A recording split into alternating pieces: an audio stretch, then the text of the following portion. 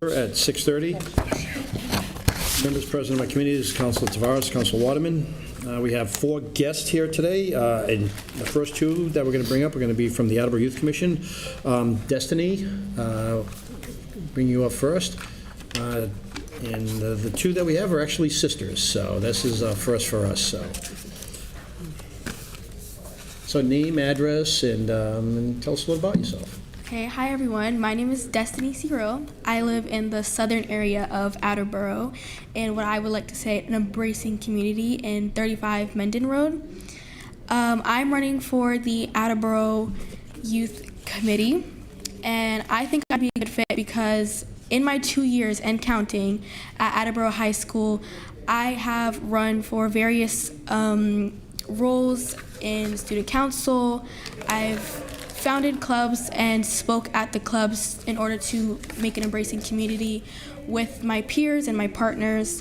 I think I'd be a good role because since freshman year walking up, I've had a drive for public speaking, and I've been wanting to be able to put that somewhere where I can help my community, especially when it comes to being more involved with people who are professional at what they do. I think I want to be on the Attleboro committees because I've always been intrigued whenever you pass the sign saying a water drought or something's going on. You have to be careful with the amount of water you use. And I've always wondered what goes on when that's going on. What goes on when people put that rule into place? So I've always wanted to help with my community have a stronger voice for especially the younger-minded students. I know a lot of people in my school, they try to steer clear of adults and speaking to adults, but I just say they're not as scary as you think. You know, they're all kids once. And I think as a student, it's very important to have a loud voice and a clear voice because I feel like younger students tend to get their voice jumbled up in a bunch of other voices from older people, and no offense. And I just think it's very important to put your foot down sometimes and get started. Everyone starts somewhere and get started somewhere. Personally, me, I've always been interested in a statistical standpoint, trying to survey the numbers and figure out if this is how much for here, how much would the other part of the town have? And I just think there's so many topics I could bore you guys with and continue to talk about for hours and hours until my mouth went dry. But I just think as a younger mind, it's difficult to be accepted for serious topics. So I will aim to prove that I can handle those serious topics, and we can work together to put our greater minds rather than our ages together and put our greater minds to have a better community, because I know as someone who's been here since I was 8 years old, I love Attleboro community and I love the embracing feeling you get when you walk into downtown, and I definitely would love to be a part of that. Well, I mean, that sounds fantastic, and obviously I think you're wise beyond your years, and it's great that you're very much interested in all this and everything, and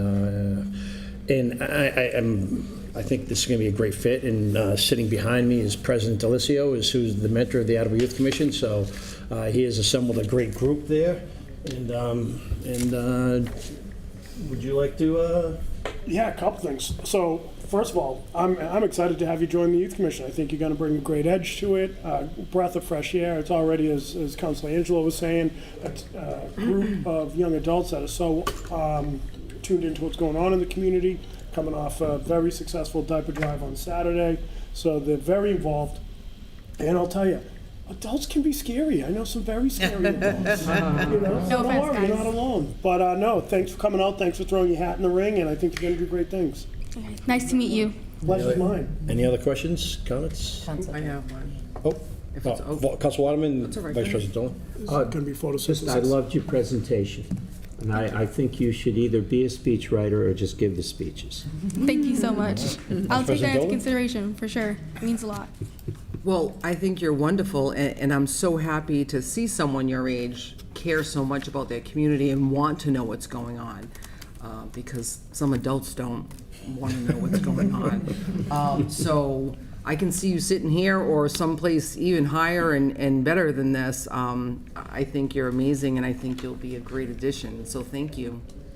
Thank you, guys. Thank you. This is a very important opportunity for me, and I'm glad that as a community, you guys definitely give a helping hand to younger students. So I've always loved that about Attleboro, so I'm very pleased to be here, if you guys couldn't tell already. Thank you. Any other questions, comments? All right, great. Thanks, Destiny, and you'll definitely be hearing from us very shortly. Okay. Thank you. All right, Annie, you're next. Ian Berth.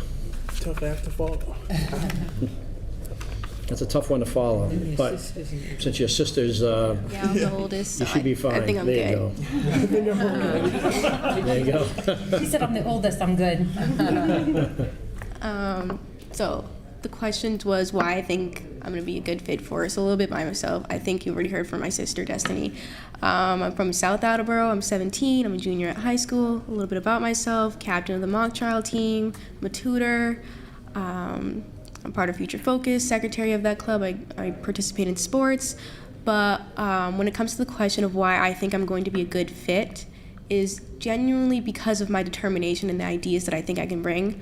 One of my two main focuses is restorative justice within the Attleboro community and focusing on that, as well as, because I think within my high school, specifically within the Attleboro High School, a lot of students struggle. They understand that there's colleges that are there, and that's great and all, but they struggle with getting to colleges. So I want to understand how to further educate the students around me. And although I can't really go to Massachusetts and like just walk in and then boss everyone around, but I thought that I could start small, which is why I was really excited for this opportunity when I heard this. It's actually, unfortunately, my younger sister gave this to me, but still, I still think I'm better than her. But yeah, one of my very skills is I'm organizational. I have good organization skills, good public speaking skills, I have good leadership skills, as you can see from my mock trial experience. When I grow up, I do want to become a lawyer, so something in the government is perfect for me. And so not only will I think that I'm a good fit for this position, but I think it's a perfect position for me. Now, I mean, it's, your parents, I mean, I'm sorry, I'm a little bit of loss for words because, I mean, you both are like incredibly impressive and stuff. And you're a junior? Yes. Junior, and you're a sophomore?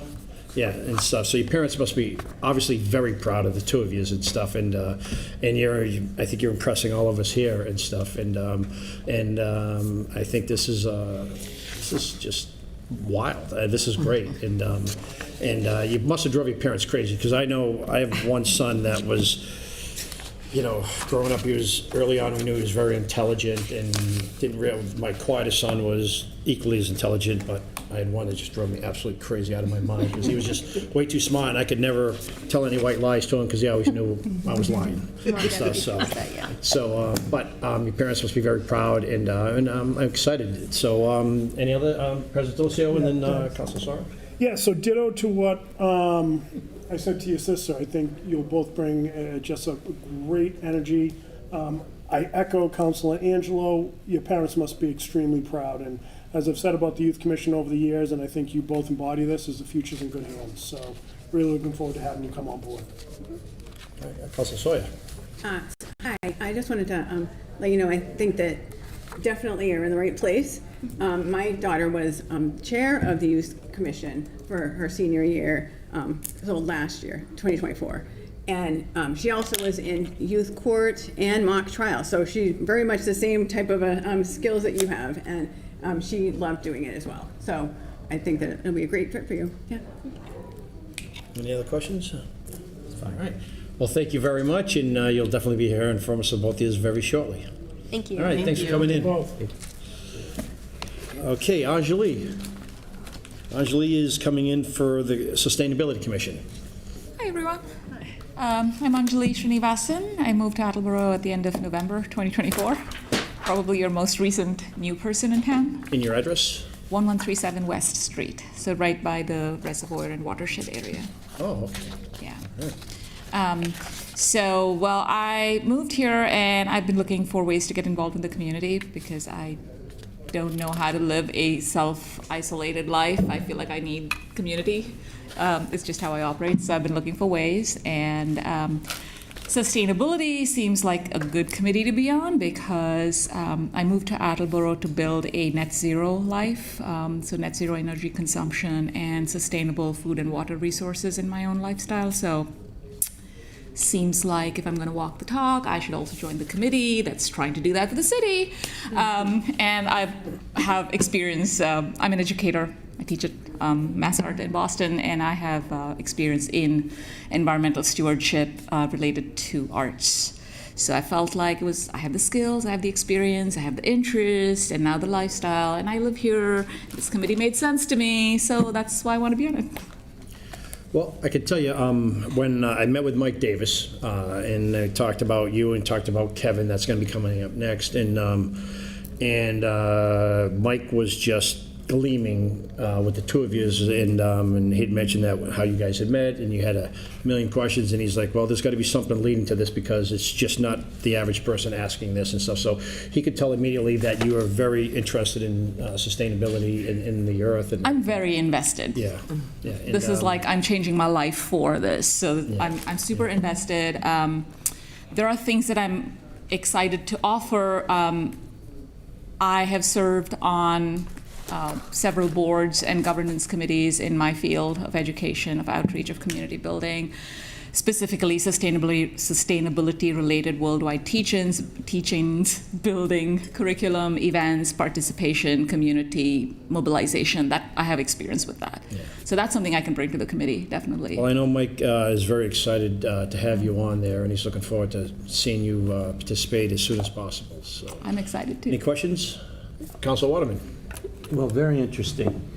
Is there one particular issue, you probably have 5 of them, but is there one issue you would like to share with us as far as a concern that sustainability will relate to here in Attleboro? So I'm new, so I don't know the history of Attleboro with environmental stewardship. But one thing that I live right by the watershed area, so that's something I'm really interested in studying a bit more, and just understanding how to manage water resources better. When I moved, and I joined this Facebook group called Everything Attleboro, and there were lots of ranting going on that group about water in the city, right? So I know that water is an issue in the planet and the city. So that's something I would like to pay attention to. I've also designed a bunch of easy to do rainwater harvesting systems that I feel like I'm a maker. I like making things. I'm the kind of person who's like, here's the problem, here's the solution, and it's really fun, let's do it together. I'm that person. So in that respect, I'm super interested in rainwater conservation. I'm just getting solar and geothermal done in the house, so if I can help other people get to a net zero footprint in their homes, that's something I'd be very interested in doing. I'm super interested, I used to run a business in Dubai, which focused on upcycle design in glass. I'm a glass blower, that's kind of my specialty. So we focused on upcycled glass design, so we would take waste glass that is going to landfill or not being processed correctly, and infuse it with labor and time and effort and good design sensibilities and convert them into aesthetic, functional public sculpture and furniture in public spaces. So that's, I think, a really interesting project. If there's space for that in the city, I could offer creative and practical solutions for public spaces through the lens of sustainability. Great. Any other questions? All right. Great. Thanks, Anjali. You'll be hearing from us soon. All right, thank you. All right. Thank you. Thank you. Kevin Malone, Sustainability Commission also.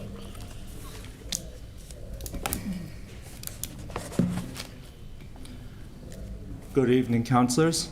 My name is Kevin Malone. I live on 58 Carpenter Street, right here in Attleboro, Massachusetts. Thank you for having me today for the Attleboro Sustainability Commission. A little bit about me. I'm a recent MBA graduate of Boston College Carroll School of Management. I am a veteran myself, and I have had a wide variety of different career paths that brought me here today. I find it important when discussing what our next steps is our particular why and what draws us to or from something. I immediately recognized potential and environmental issues day one of moving here when the place I would eventually buy my fiance's ring literally went underwater. Oh, Attleboro Jewelers Market. Addressing that, I felt a clear desire and clear need from the citizens of Attleboro that environmental issues need not come at the price of growth within the city itself, but they're a symbiotic relationship. I'm very interested in how my particular skills with data analytics, data-driven decisions, and surveys could provide more scalpel, more tactful approaches to implementing environmental policies within the city of Attleboro itself, and working on my public speaking skills, which is always a work in progress, as we all are. What can I bring? Energy, passion, and a great network of alumni that I'm constantly bouncing ideas off of, and I find myself really getting into the trenches of what this is all about. Finally, I would like to leverage my data analytics skills and my work in progress for presentation skills and how we can make any policies a little bit more approachable to the general public who may not be well versed in all aspects, as none of us are. I'm happy to take any questions if there are any. Well, thanks, Kevin. Obviously, one of the reasons why Mike Davis is very excited to have you on is because Mike's a big numbers guy, big data guy, and he sees that in you. And obviously, thank you for your service, too, as well. As we have Council Kobus is a 22-year veteran of the Army, right? Yes. And I'm a 6-year veteran of the Marine Corps. So, yeah, you Army? Yes. All right, great. Great, no, thanks. So, any questions? Council Holmes, Council. Thank you. Thank you so much for coming. We hit the jackpot tonight. I mean, Yeah, come on. yeah. Like, this is. Yeah, I mean, yeah, this is amazing tonight. Yeah.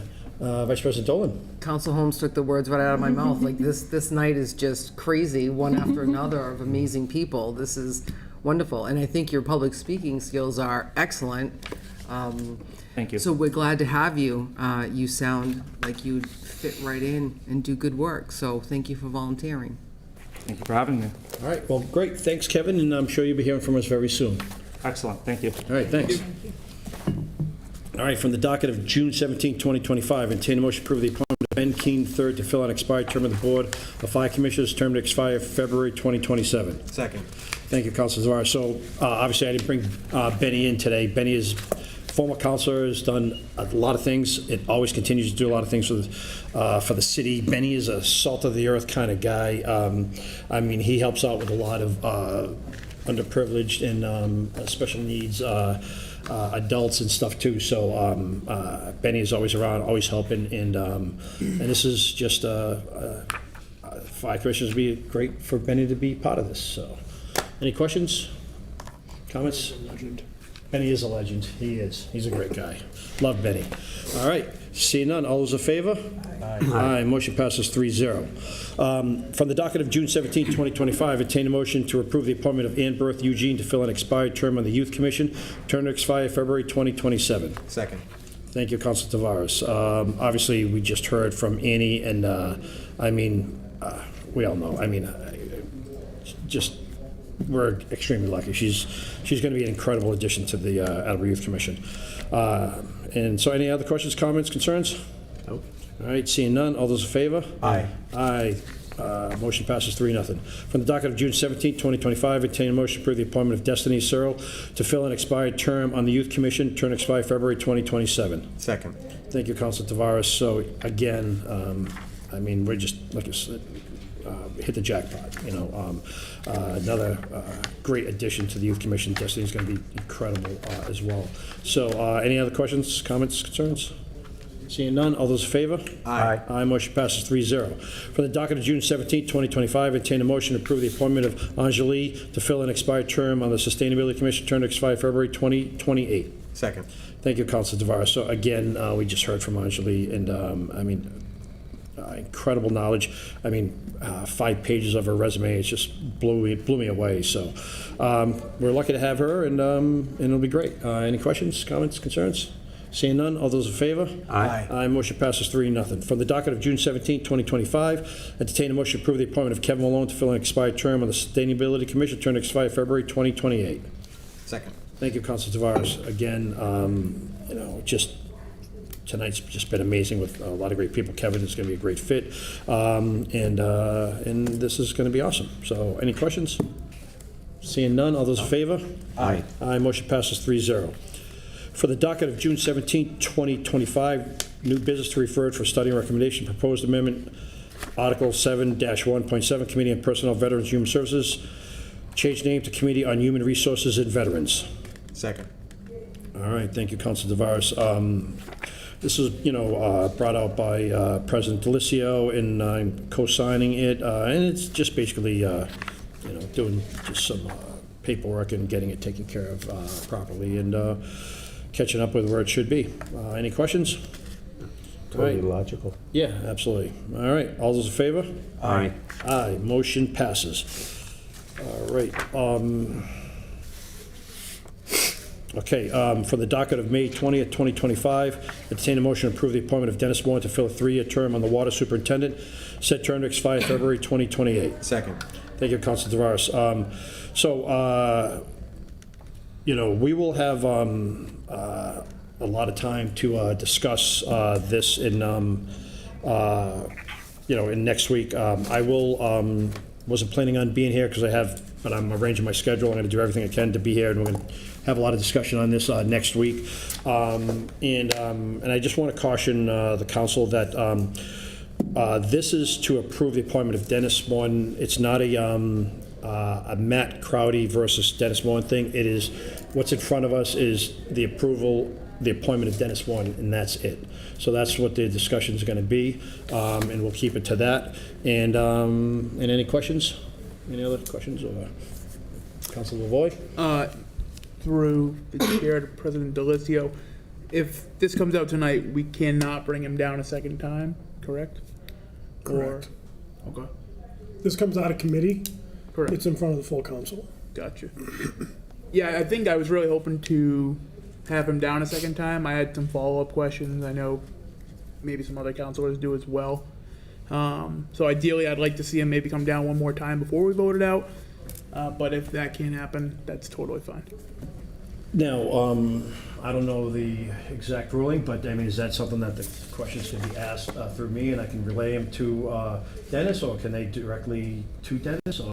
As the chair, it's your Yeah. discretion. What I would say is, instead of waiting we have committee to have these discussions, right? So instead of saying, we'll talk more about it on Tuesday night, remember, full meetings, we have committee of the whole, we have public hearings, everything else going on. Committee is really where we should hash it out. Okay. I do appreciate your comments about this being about Dennis and not anyone else. And that's kind of my approach when we'll go to the full council and we navigate that discussion. That'll be my focus. It's up to you. I mean, Okay, if you well- want to bring him down again, that's your call. If you want to just field questions, I would suggest they go through Virginia, and of course, we don't respond to them because we don't want to violate open meeting law. As the chair, you have that full autonomy. All right. I mean, I certainly would like to get this voted out, but I guess I'm open up to other questions or comments and concerns. I'm sorry. No, You go looked right at me, you ahead. didn't say Vice President anything. Dolan. I just want to make sure that, I mean, I've emailed him, I've asked him questions, I've called him, I met with him, so I'm ready to vote on this. I've presented him all my questions, and he's answered every single one of them. So, I have no problem. Like I said, I met with him for a decent amount of time, and I'm ready to vote on it if you're willing to take it out. Councilor Cobus. I was a little bit hesitant on this individual, and I'm pretty skeptical on this position in general, just based on what's happened in the past. It was pretty skeptical in general. After sitting with him for an extended period of time, I'm very comfortable. I'm supportive of him, and encourage you to vote it out, and I think we can move forward. I've had a lot of discussions with Dennis, and we've talked a lot and gone on a lot of things, and he'll bring a new perspective to the committee. There were 30, there was about 35 applicants that applied, and only 2 had managerial experience, and Dennis has a lot of it. He's been a manager at a lot of his appointments along the way. And you know, sometimes it's good for a fresh start, and you get a lot of just another way of this has happened here, there, and everywhere, and a lot more ideas and certain things are going to happen. And I think he brings a certain energy and some extra knowledge too. Vice President Dolan. Did you already vote this out of committee? I don't know. We did not. We just had him down for. We just had him down to talk, but we did not vote it that day. Okay, thank you. Yeah. Unless I completely blanked it out, we did not vote it out that day. No. Any other questions? Councilor Lavoy. I guess it seems like it'll get voted out tonight, so I'll make a couple brief comments. I don't agree with the notion of getting rid of 32 applicants for not having managerial experience. We have plenty of department heads in the city, all promoted from within, who didn't have managerial experience and are doing fantastic jobs in their roles. Aside from that, I'm not sure how I'm going to vote on this yet. Still undetermined. I really wasn't impressed with the interview at all. Probably one of the worst interviews I've sat through in a while. So, and I just had a lot of concerns that I've, through doing research, that I haven't followed into yet. If it gets voted out tonight, I'll email him and hope that he emails back, or put it through Virginia to you, or whatever avenue's best. But yeah, was really hoping to see him down here again just to clarify a few things, and more so in front of the general public and not behind closed doors. I think that's more appropriate from my point of view, but whichever you decide, I'm fine with. Vice President Dolan. So, I mean, reaching out to him, meeting with him or whatever, I mean, that's not behind closed doors like we're being secretive. We're doing our research. And also, as far as coming before us and interviewing someone, I really try not to judge somebody by their performance standing in front of us, because I think if I wasn't on the council and I retired right now and came back, I'd be nervous. So I think judging someone sitting in front of all of us isn't really fair, because some people don't speak well in public. So I try not to judge somebody by how they speak in front of us. Good point. Any other questions? President Hilso. Thanks. I appreciate Vice President Dolan's comments. I look at it a little bit differently. I don't know if it was an interview as much as just us asking questions. If Mr. Morton has as much experience as he said he does, I think he should have done a little bit better at being able to convey that to us. I don't feel that he did that. I'm sure he's a nice enough guy. This is nothing personal. For me, I wasn't impressed, and I think there's too much on the line with this department and this role especially. I was very disappointed to hear that there were only 2 interviews. Can always open it up, try to get more candidates. We've had several issues with leadership at the both of, most of which aren't there anymore at this water department. That's not an indictment on the men and women who really work their tails off for the city and do fine work. We should be thankful for them because they do a great job. We need someone who can change a culture. We need someone who can lead this department forward. When I asked what was the Canton Plainville budget, he said, I think it was about $1 million each. Okay, let's say that's true. I have a hard time believing that any water department's budget is going to be $1 million. But how are you going to come in and then manage an $11.5 million budget with as many projects as we have going forward? I have concerns. I'm going to try to reach out to him at, I know Mr. Kobus and I had a conversation. He talked to me about his visit with him. I'm going to withhold where I land on this until I have the opportunity to talk to him again. But then again, he had an opportunity in front of us last week at the budget hearings to really kind of drive home that he is the guy for the job. I walked away feeling, again, a little underwhelmed. So I've got some concerns. I think this is one that we have to get right, just given everything that we've been through over the last year, everything that we've seen over the last several years. So I think there's a lot on the line here. Councilor Reynolds and Councilor Lavoy. I'm just going to jump on a ditto with Nick as well as with Jay. in that I watched, I was not here, but I did watch them several times, his interview as well as the budget hearing, and didn't see it. And I can tell you right now, it's good. For me, it'll be a definite no.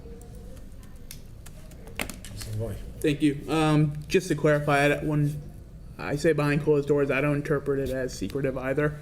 What I meant was when someone trying to fill the role of water superintendent is mentioned in a civil lawsuit that pointed out several safety hazards and concerns, to me, I feel that's something the general public should have the know about and be able to see how he fields those questions.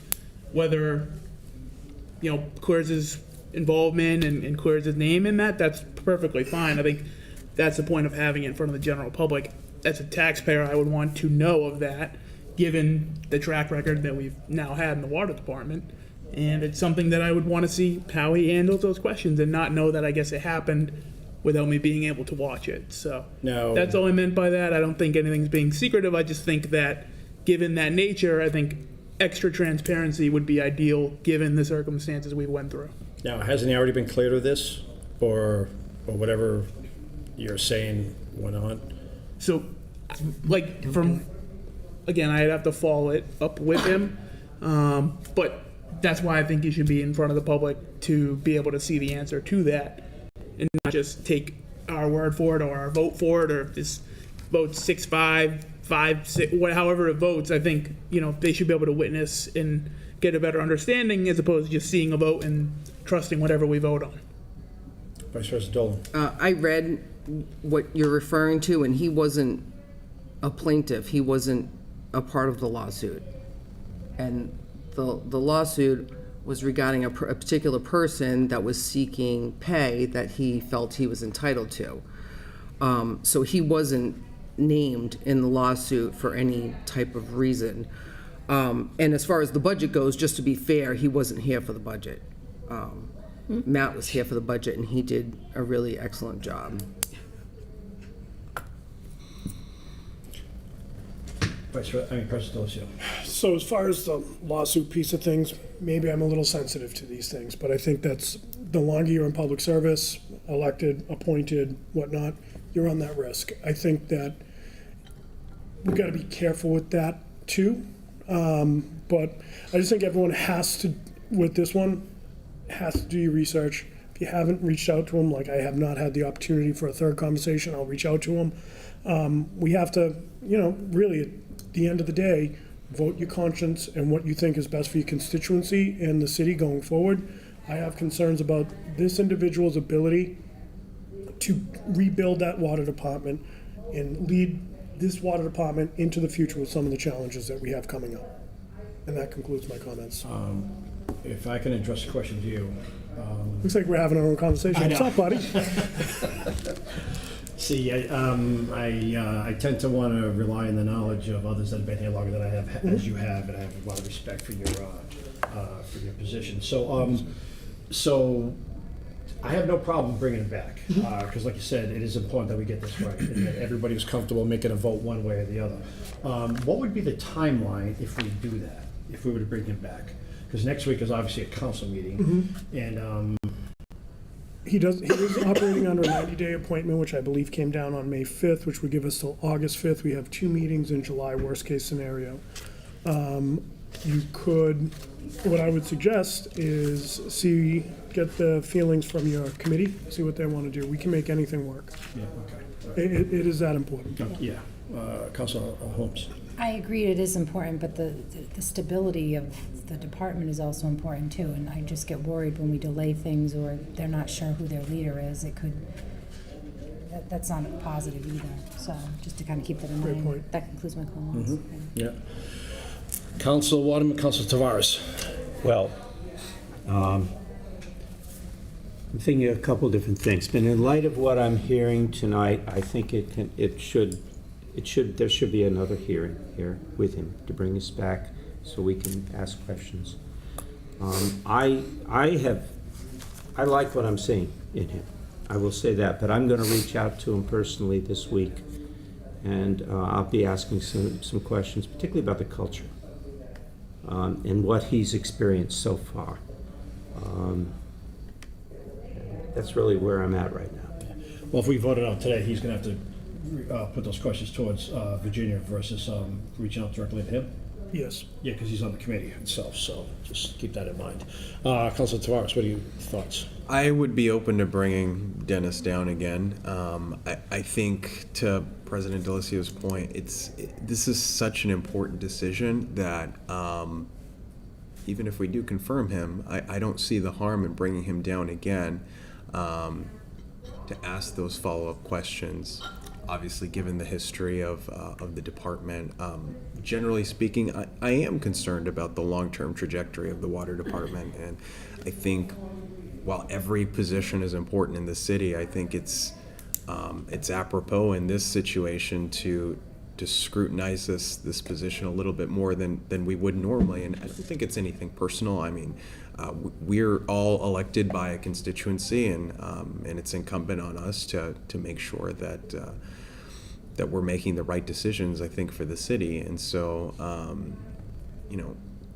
I don't think 2 weeks is going to delay any stability in terms of the department, in my mind. And I think it's something we should do. So I would be willing to withdraw my second if you're willing to move forward with to bring Dennis back down here. Otherwise, I'm happy to sort of move in whatever direction as a whole we decide as a committee. All right. Councilor Fuller? Thank you. If you decide to withdraw consideration of this motion tonight, I think it would only be fair that whatever questions we have right now, we state, so that we're not trying to catch him later, but give him a full opportunity to prepare for whatever the doubts are, whatever the questions are, whatever further information we might want from him, from his colleagues, from his subordinates, his supervisors, from whomever. But let's do that now to the extent humanly possible so that we're not playing some getcha game. I think that's a great point, and I appreciate that comment, and I think that's very fair. I'm comfortable with Dennis, and I definitely, this is very important for the city. And Becky, the one, our consultant that we actually paid a lot of money for to oversee this and everything, she also made the choice that she felt that he was a great addition with a fresh perspective coming in, because we just didn't want to continue same old and continue on as we have been for the last 10 years. So they felt that bringing Dennis in would do that. But I am also always willing to listen, and I want to make sure that I mean, this is the city's future with the water. This is someone's future with his job, and I want to make sure that we're being fair to the city and the citizens, the administration, the council, and to the person that's already been appointed to this job too as well. So I want to get it right, and I want to give him the full opportunity to be able to continue on with this position. I mean, I believe he's going to do a very good job, but I'm willing to bring this out. But to your point, Councilor Fuller, I would like to see some questions ahead of time so we can give Dennis time to prepare to do this. And if we don't, shame on us for not doing that. And then we'll go from there. So if you want to withdraw your second, Councilor Tavares. Withdraw my second. All right, and we'll work on getting Dennis back here when we can. All right, and am I missing anything, President Delicio? Just adjourning the meeting. All right, sounds good. All right. I'm calling for adjournment at 7:09. Second. Thank you, Councilor Tavares. All those in favor? Aye. Aye. We are adjourned at 7:09. Outstanding. I'd like to call the Finance Committee to order at 7:09. On the committee is myself, Councilor Tavares, and Councilor Reynolds. All right, we have a couple items tonight, and we need to read them all out tonight. So, From the docket of June 17th, 2025, I entertain a motion to appropriate $1,374,020 from account 1000-359000 undesignated fund balance free cash general government to fund 3523 vehicle equipment for the purchase and equipping of fiscal year 26 capital improvements program items, including 3 DPW 6 to 8 yard dump trucks and a DPW sweeper, a fire command vehicle, 2 police motorcycles, a parks and forestry vehicle, and an animal control vehicle. Second. Motion is in order. All right, and so for this item, so the 3 dump trucks are all over 30 years old. The sweeper truck has also failed inspection. It's from 2005. All of these are on the capital improvement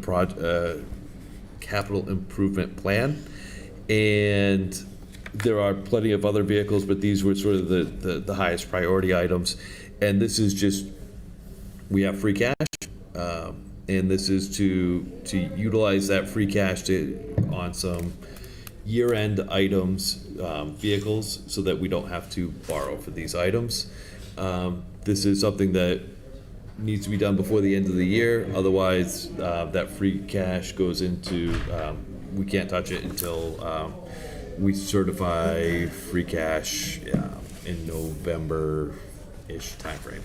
So I suggest we move forward so that we can, in this similar way, when we purchase that, when we pass to purchase the 4th cruiser, so that we can get this before the other communities start to buy vehicles in the new fiscal year. I don't know. I think it makes sense. Council Lavoy. Thank you, Chair Kobus. Could you, sorry, this is partly my error. I meant to do this ahead of time and wasn't able to. Could you just get the cost breakdown of renting the sweeper versus the purchase for next week? Sure. Just because I know in the past we've rented or leased. Just curious on the difference. More so just for, I guess, transparency, but not really anything. And I genuinely don't know what that difference is. Okay. And the sweeper itself is $265K. Perfect. But I don't know what the rental cost is. Everything else here I support. And not that I don't support that, just curious. Got it. Thank you. Councilor Tavares. Just for clarification, not sure if you know, but the park and forestry vehicle, do we know what kind of vehicle that is? The only reason I ask is because I think during the budget hearings, Derek had mentioned that they received a grant for a truck. I assume this is for an actual, dump truck or something like that. No, it's a Ford F-550. The purchasing entails a Ford F-550 or similar with landscaping style, dump, rear barn doors, a removable hardcover, and a plow package. This would replace the Forestry 2, which is 21 years old and suffering from rust and rot issues to the body and frame. The vehicle is in poor condition due to daily work and is listed as urgent in this capital improvement plan. The estimated cost is $100,000. Okay. I assumed it was for on the field. Yeah. Not driving around. Yeah. Any other questions? Hearing none, all those in favor? Aye. Aye. Motion passes.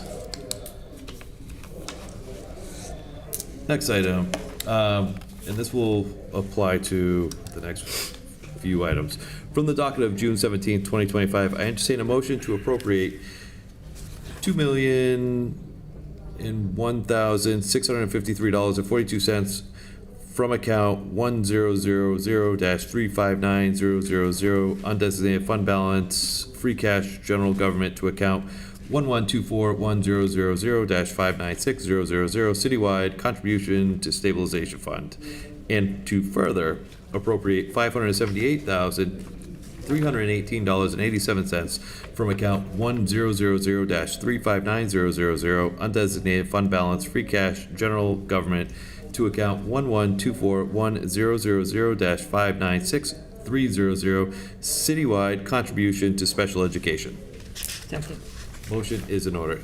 And this is the contributions to the special education, and the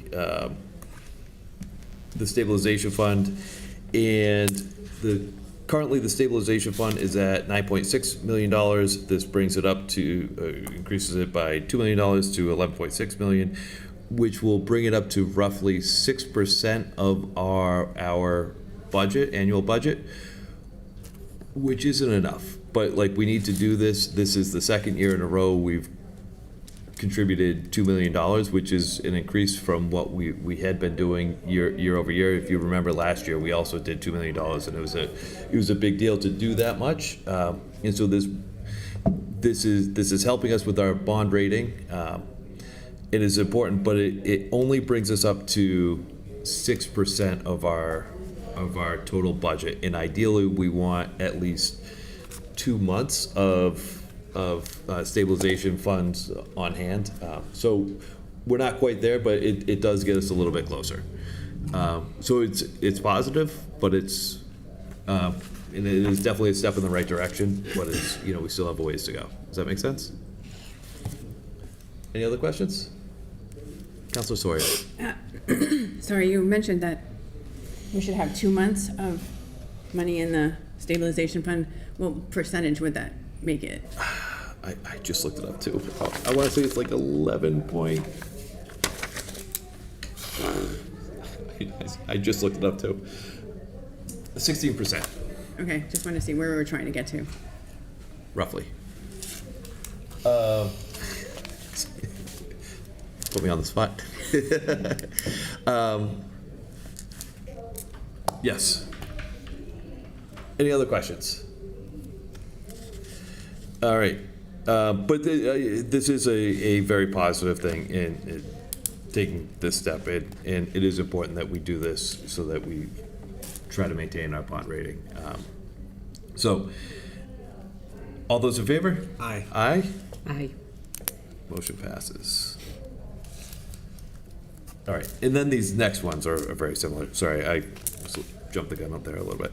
From the docket of June 17th, 2024, I entertain a motion to appropriate the request of the mayor that $15,000 of authorized unissued debt from the February 7th, 2023 authorization for the acquisition of the front end loader for the water department be rescinded as the project is completed and no further debt should be issued from this authorization. Second.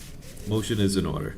The original authorization was for $355,000. There's $15,000 remaining that we didn't authorize from this borrowing. And when I spoke with Deb, she worked with the treasurer to go through any of these the debts and figure out what's remaining and for projects that have been completed. And these next few items are just rescinding that so that for completed projects that we don't need to have that on the books anymore. So these are going to be items that we've authorized to borrow for.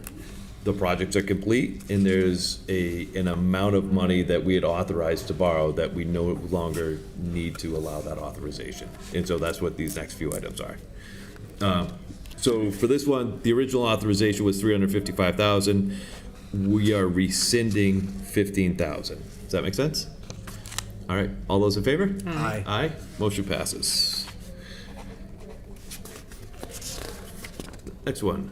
From the docket of June 17th, 2025, I entertain a motion to approve the request of the mayor that $93,000 of the debt authorization in February 2021 for the wastewater SCADA project be rescinded. Additionally, to transfer the unused portion of the council vote from number 3 from April 18th, 2023 in the amount of $17,250 from Fund 3224-599000 wastewater SCADA other financing uses to account 6000-499000 wastewater enterprise fund other financing sources as these funds originated as a transfer. Second. Motion is in order, and this one is just two steps. The 93,000. So the original authorization was for $943,000. $3,000 for the SCADA project. We thought we would need some additional money, so there was also a transfer in the original request. So that's what that $17,000 that we're moving back to other financing sources. So that's why this one has two pieces. Does that all make sense? All right, all those in favor? Aye. Aye. Motion passes. Next one. From the docket of June 17th, 2025, I entertain a motion to transfer the unused portion of $111,835.25 from Fund 3230599000 Sand Filter Improvements, Other Financing Uses to account 6000-499000 Wastewater Enterprise Fund, Other Financing Sources. Second. Motion is in order. This one, so we authorized $500,000, and of that, so this is transferring back $111,000 because ARPA covered a large portion of this, the sand filter replacement. Make sense? So, good job for the administration for utilizing ARPA money, and it was, all right, any questions? Hearing none, all those in favor? Aye. Aye, motion passes. All right, from the docket of June 17th, 2025, I entertain a motion to approve the request of the mayor that $360,180.74 of the debt authorized in February 2020 for the purpose of permitting, bidding, construction oversight, and construction costs associated with the remodeling, reconstruction, and making extraordinary repairs to the roofs of both the Brennan and Wamsutta middle schools, and further amended on December 15, 2020 to include the removal and replacement of gymnasium floors and environmental hygienist monitoring at Hyman Fine and Hill Roberts Elementary School be rescinded. Second. Motion is in order. So this original request was for $3.9 million. This project's completed, so now we're rescinding the authorization for that additional $360,000. Any questions? No. Hearing none, all those in favor? Second. Aye. Aye. Sorry. Aye, motion passes. From the docket of June 17th, 2025, I entertain a motion to approve the request of the mayor that $1,727,964.79 of the debt authorized in June 2020 for the purpose of design permitting, bid services, construction oversight services, and construction associated with the remodeling, reconstruction, and extraordinary repairs of the roof, HVAC system, window repair, and elevator improvements to the Attleboro Public Library be rescinded as the project is complete and all invoices have been paid. Second. Motion is in order. And this one's incredible. The original project was estimated at $6.9 million, and we're now rescinding $1.7 million. So That's it came in way under budget, so that's great. Any other questions? Hearing none, all those in favor? Aye. Motion passes. And, all right, here we go. From the docket of May 20, 2025, I entertain a motion to approve the City of Attleboro's general government annual budget for fiscal year 2026. Point of order, Council Curtis, what I would suggest, as the gentleman has passed, I think you can read the section of the budget, the FY '26 proposed, and then at the bottom you can read the totals. So read municipal council. Fiscal year 2026 proposed 235,930. Go down that way. We all have a copy of it. It is in the record. And then I think the important pieces of the budget are the bottom. This is how we've done it in years past. It's up to you as the chair. Great, so I'll just read municipal council proposed $235,930. Yes. Mayor proposed $776,485. Citywide proposed $3,386,720. Budget and admin $975,468. Auditor $566,015. Assessor $372,147. City treasurer, $989,645. City collector, $415,621. Human resources, $11,044,352. City clerk, $267,142. Elections commission, $344,132. Planning and land use, $647,828. Police, $12,237,965. 36. You said 237, 236? Sorry, police, $12,236,965. Thank you. Fire, $12,141,085. Protective inspection, $512,702. Animal control, $289,703. Education and crossing guards, $112,523,983. Bristol Aggie Department Debt Intergovernmental, $137,532. Public Works, $1,949,527. Snow and ice control, $200,000. Health, $5,096,666. Council on Aging, $467,159. Veterans Benefits, $673,380. Public Library, $1,412,437. Recreation, $850,413. Parks and Forestry, $711,001. Capron Park, $688,431. Highland Park, $8,500. Bonded debt and interest, $2,726,977.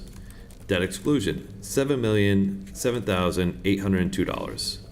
Contributory retirement, $7,709,201. Overlay for abatement, $925,000. State and county charges, $4,828,459. And for a total budget of $193,118,408. Second. Motion is in order.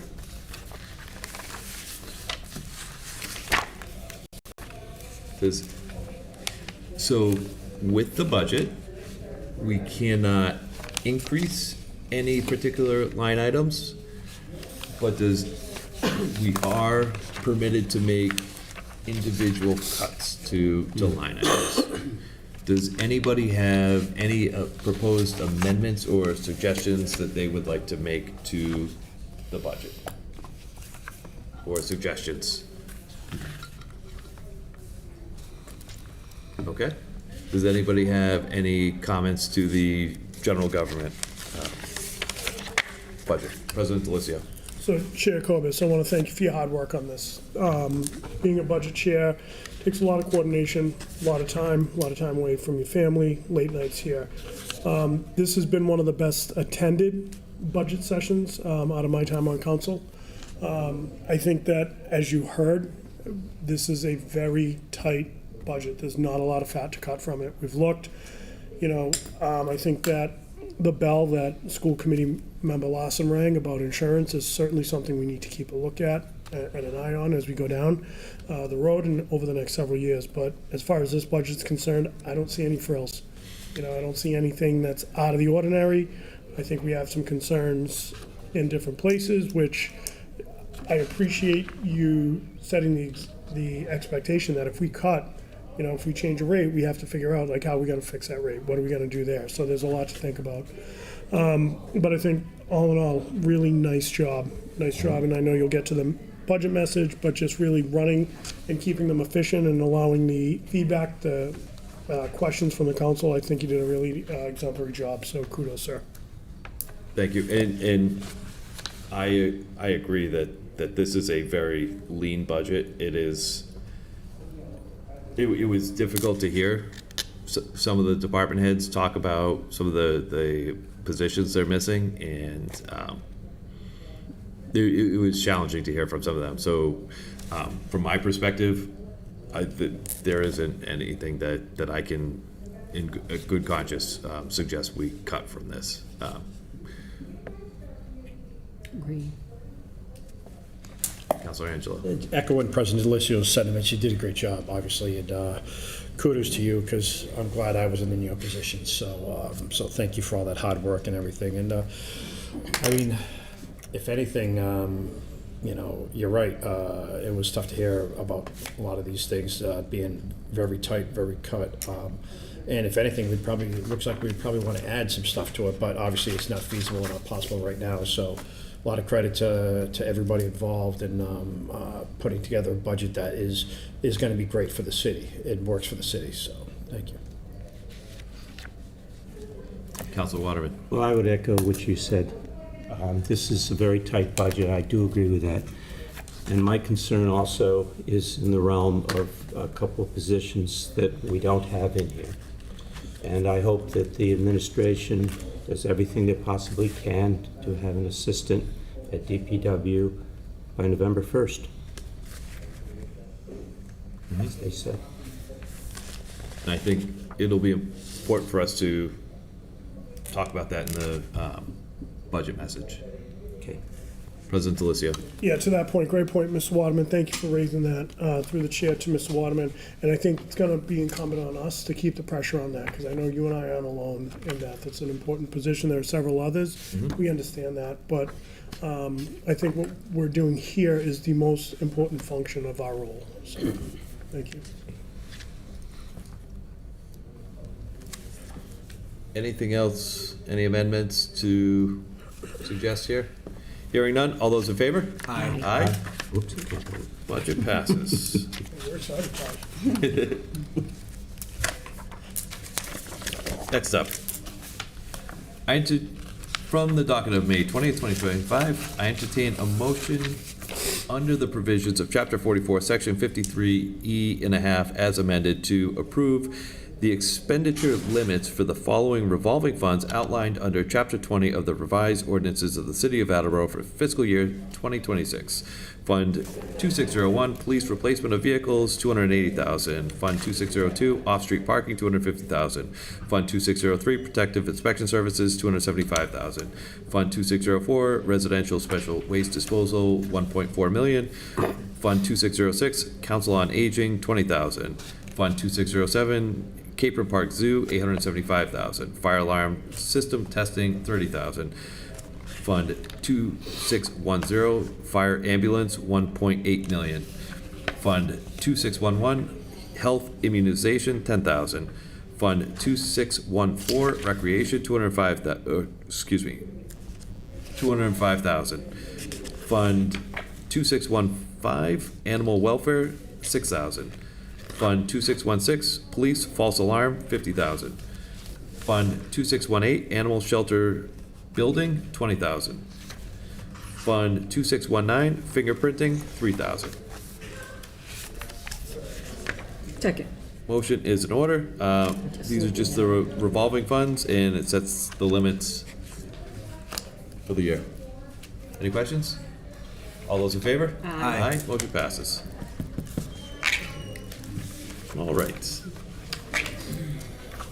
And from the docket of May 20th, 2025, I entertain a motion to approve the solid waste fee of $358. This is a $33 increase from fiscal year 2025. Second. Motion is in order. I'd like to applaud the administration on negotiating a great contract. I know that this year we don't get rid of the blue bins, but there's the potential of getting larger bins next year, and so that I was fairly excited about that and the potential.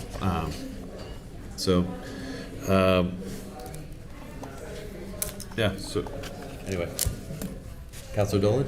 Yes, I agree. I think everybody that had a hand in this negotiation, I applaud them for all the work that went into it, including Council Reynolds. and I still don't have a problem with blue barrels, but anyway, you know, with the curbside, like large item and stuff like that, I think they really made a lot of headway, and I think residents will be happy with that. That's all. Thank you. Absolutely.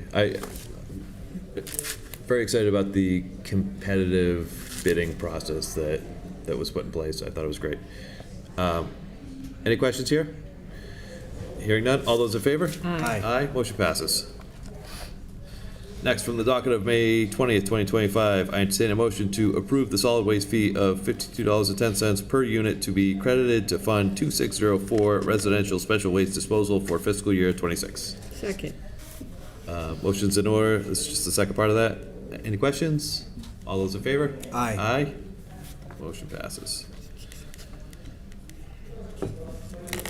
Next, I am going to I'm going to come back to this one. All right, I'll come back to this one and skip that and go to, from the docket of May 20th, 2025, in order to fund water enterprise budget for fiscal year 26, a $1.29 increase from the fiscal year 2025 water rate is recommended. Therefore, I entertain a motion to strike section 16-11.12 of the revised ordinances in its entirety and replace it with the following. 16-11.12, for each meter set, there shall be a minimum charge of $42.40 for each 3 months. This minimum charge shall cover 500 cubic feet of water used at each connection, and excess over 500 cubic feet shall be charged for at a rate of $8.48 per 100 cubic feet, effective July 1st, 2025. Second. Motion is in order.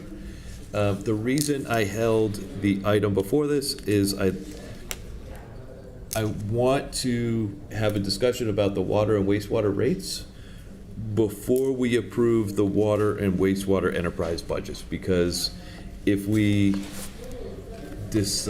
anybody decides to make an amendment to the water or wastewater fees, there needs to be a corresponding cut to the water and wastewater enterprise budgets of the corresponding amount. And there's I forget what the amount is, but we'll have to figure that out. And so if anybody wants to suggest those amendments, I'll also want to understand what the plan is to cut from the water and wastewater budget associated with those changes. Does that make sense? Mm-hmm. So that's why I skipped the item prior.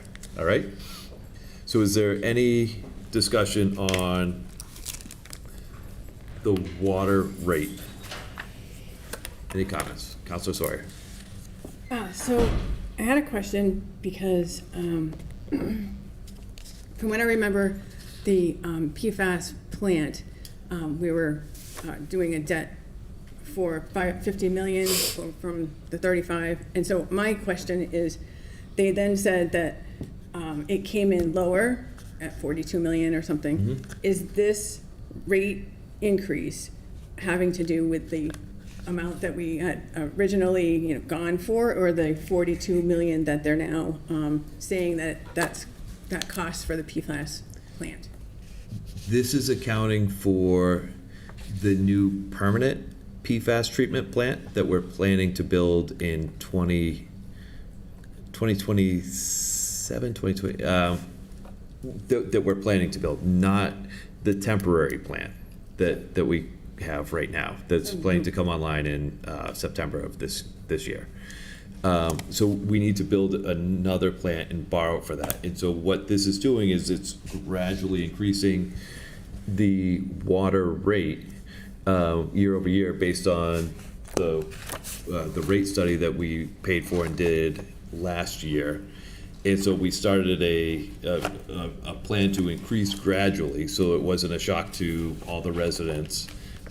And so the permanent PFAS facility at Wading River is coming on a lot sooner than the wastewater treatment facility that's planned for a little bit later. So the wastewater rate is increasing at a slower rate so that we can prepare for that. So that's only increasing at 10% a year. So that'll gradually increase and we can put money aside there. But this doesn't really have anything to do with the temporary plant that we built. And so Does that make sense? 50,000, 35 to 50,000 was for the temporary plan. Yes. Okay, so that's a totally separate Yep. item. All right. President Delicio. So, yeah, so just to keep in mind, the temporary plant was fiscal '25. It was voted on this year as part of the debt services now. I think the other piece that's important to note when we talk about the rate hikes that none of us are happy about, but we get it because we did talk about it last year. And it's not just about the treatment plan, it's also, if you look back to the 70s, 80s, early 90s, it was a very stagnant, we didn't raise the rate at all. So we're behind the 8 ball. So as we have, fire hydrants need to be replaced, galvanized pipes that need to be replaced, lead pipes needing to be replaced, all of this, we have to continue to build the enterprise funds. I'm not in love with it.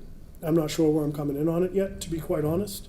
And I also think that it's important that what happened in July of last year has nothing to do with the rate and where we are going forward. I think those are two important things, bitter pills as they are to swallow, that we have to take a look at. We have to plan for what our future's gonna be.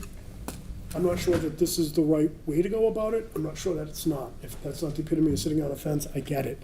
It's just a lot to think about with this. And I think that the other thing to think about is, if we're gonna say, no, let's keep it where it is, well, what's the trickle-down effect that's gonna have on the rest of this budget?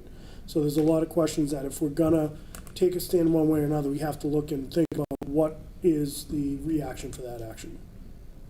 That's fair. And one of the things I want to remind everybody, and I think I asked the question of Mason in as plain of terms as I could on last Thursday, and the question I asked him was, I specifically asked him was, last year we dumped a bunch of water over the dam, and as a result we had to buy a bunch of water from a neighboring community. What impact does that have on the water rate this year in this increase? And he was very clear to answer that it doesn't have any impact on this rate increase. And the reason why is they were able to move ARPA money around to help out in the near term with that, and to help out with purchasing the water last year. And then when they were calculating the water usage for fiscal year 26, he intentionally excluded the amount of flow for fiscal year 25 when calculating the average, and did the flow rates for 22, 23, and 24, and then excluded 25 because that was an anomaly because they had that overflow issue. So this rate increase is strictly about preparing for the permanent capital improvement projects, and it has nothing to do with the situation that happened last year. Vice President Dolan and then Councilor Holmes. And just to add that these rates were calculated in the study done last year, or over a year ago, that were presented to us from Mason. And also, I agree with President Delicio in the sense of our rates have been flat for so long that this is where we are right now, which is unfortunate. And I know Mason informed us, and if we decide to cut this or do anything with this, it's just going to make it harder down the road. And also, if anybody decides to make an amendment to lower anything, unfortunately I grabbed my wrong budget book, I grabbed the school, but it says in bold, for every penny we cut, it's like 80 on the rate, it's like $8,800. It's in bold under water and wastewater. 14,768. Well, one of them's 14 and one of them's 78. 8. So water, Oh, wastewater. So wastewater is 8,000 and 812 or something? 8,812, yes. That's There impressive. you go. So for every penny cut, we have to find $8,812 elsewhere in that budget to cut. Thank you.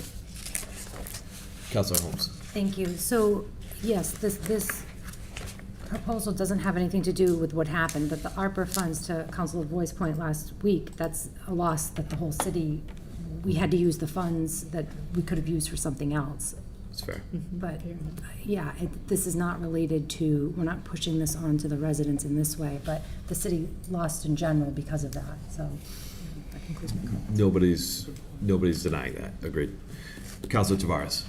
I'm not going to say anything new, but just to echo a lot of the comments, I agree. It's we either see the pain now or the pain gets worse later.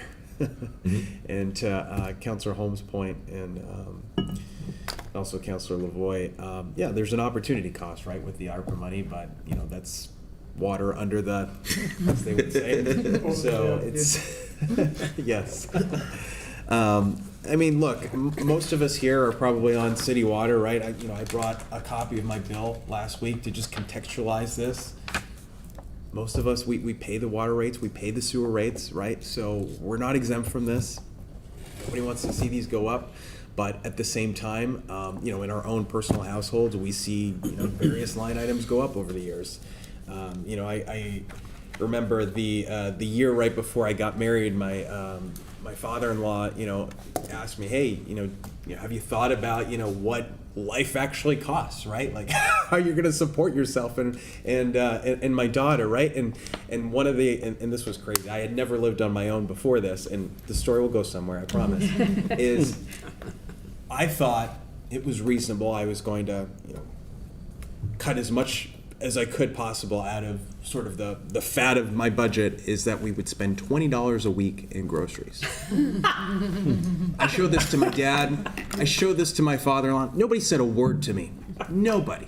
And then I find out the very first month we probably spent $250, $300. And since then, those costs have not gone down. As you know, I have a few mouths to feed. And so the point of this is the costs don't go down, right? I mean, we all face it in different areas in life, whether it's insurance, right? Whether it's our mortgages, right?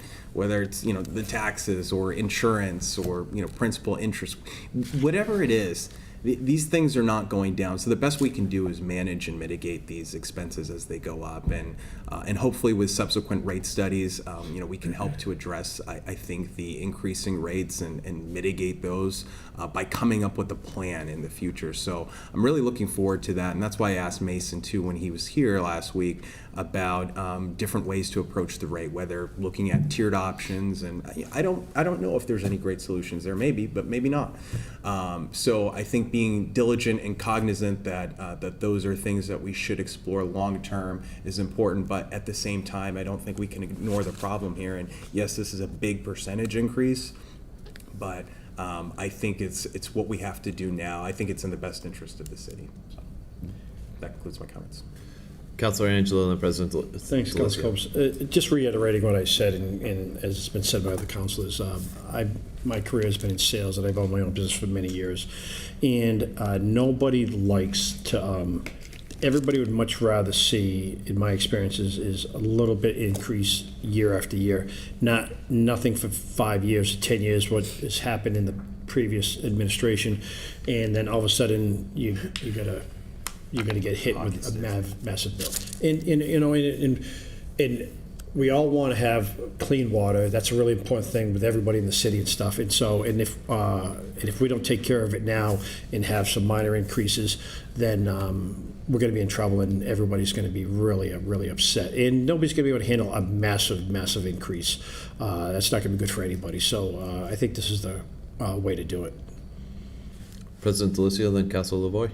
Thanks. I don't want to keep belaboring the point. Just a few other things to think about. I think this discussion is why the next superintendent of water, whoever it is, matters. I think it's important. I think we all talk about the study. study's a suggestion. It's not set in stone. I think we can take things from it. Council Tavares, thank you for bringing up again the tiered rates, because I think we have to look at different options, and we have to look at tiered rates. And I think whatever the tiered rates are, if that's even an option, but we have to figure out how do we make it affordable, because this is gonna be the difference in certain places, and in certain areas where people or businesses may or may not come to Attleboro because of this, and we don't want that. But we're tasked with that bitter pill, as I said earlier, of what's the fiscally responsible thing to do versus the fiscally irresponsible thing to do, because we're all pretty ticked off about what happened last year.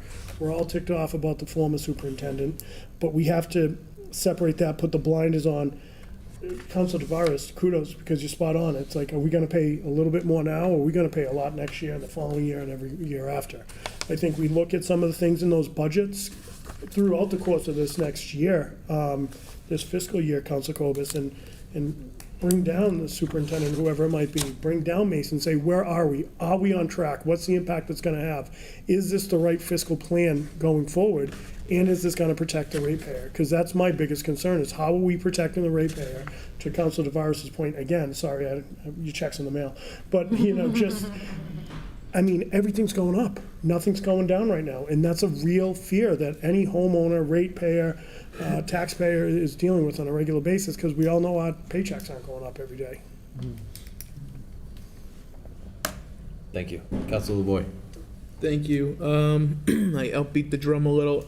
Obviously, it's tough to see the rate go up this way and to know those who will be impacted, especially those on a fixed income, who I know we all passionately care about.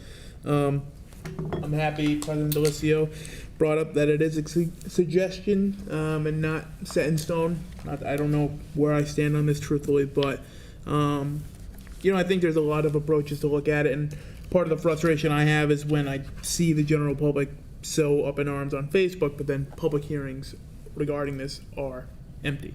I would love to know the consensus of, if we skipped a year and doubled it the following year, how residents would feel if they could have an off year, if they could budget appropriately, maybe if we had held it this year and doubled it next year for the preparation to the general public, things like that.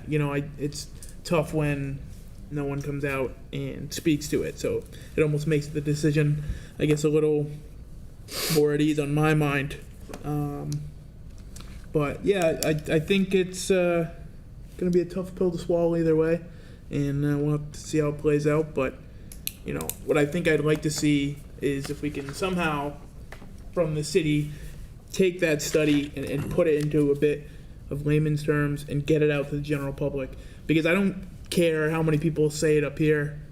No one at home is going to say that this is not because of the water loss. And I agree that this is not because of the water loss, right? But the general public won't believe you, no matter how many times you say it. So I think if we could break down that study, show the plan in place, where the increases are going, what they're funding, what's going to be expected to be paid out, and then what the long-term cost is if we didn't increase. Something to that nature where the public can understand it. Because again, though I agree mentioning it up here is good, I don't think it does anything in the long run. I'd like to see that study available online in a sense where the general public can look at it and see what we're doing with this.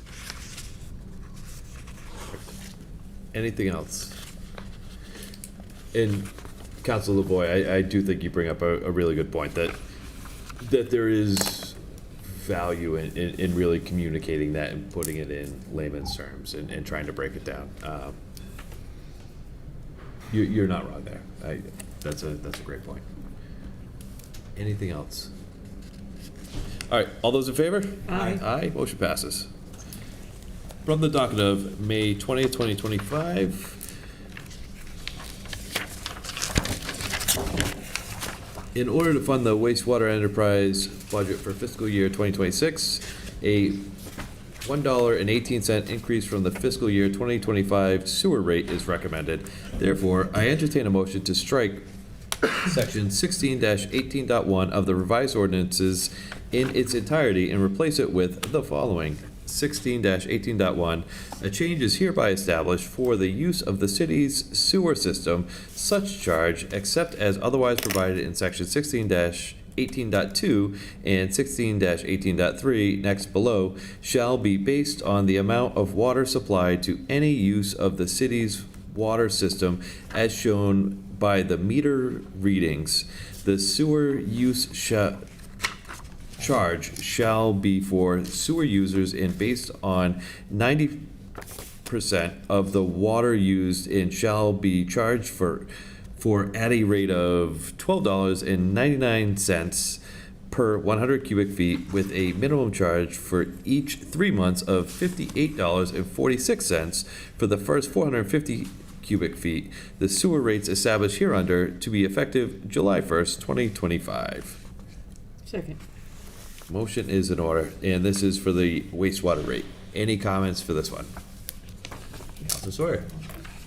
So I have a comment about this, and they had, when Jason was here, he talked about it being a 5-year extension to get to the $150 million for the wastewater plant. And I had I wondered if we could extend that out further, because when I asked him when we needed to have that wastewater plant, he didn't have an answer for me, he didn't know. So I thought that, since the federal administration right now has kind of dismantled the EPA, and so all of their regulations that they have for cities and towns has kind of been, stalled. And so I wonder if we can just extend that out so that we don't have to have as high of a percentage of an increase each year for that time. And if we can do that, because, we don't have a time that we have to have that plant done, correct?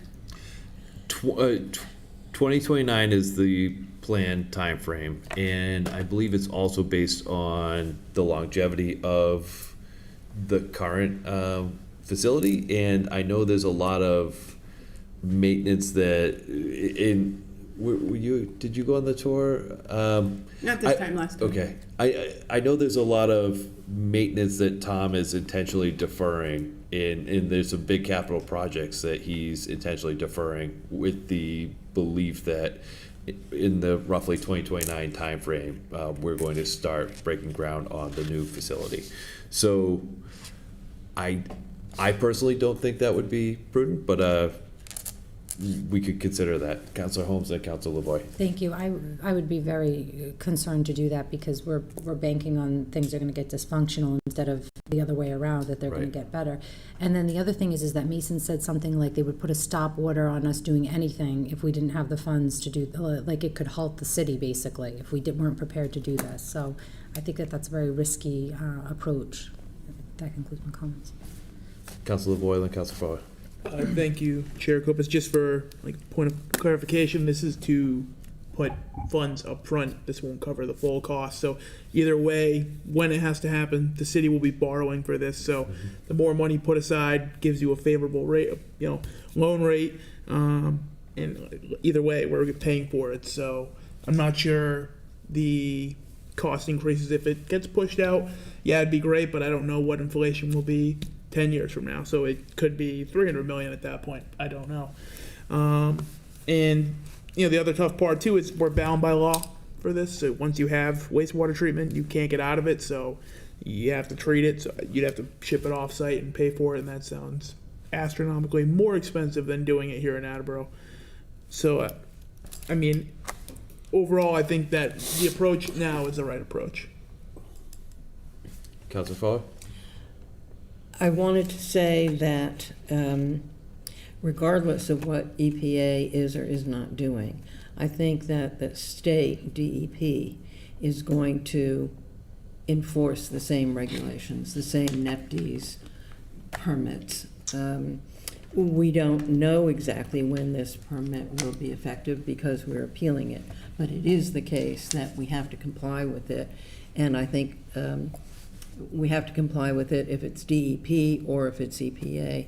And if we don't comply with it, then if EPA chooses to, it can simply stop all of our funding, which would be a disaster.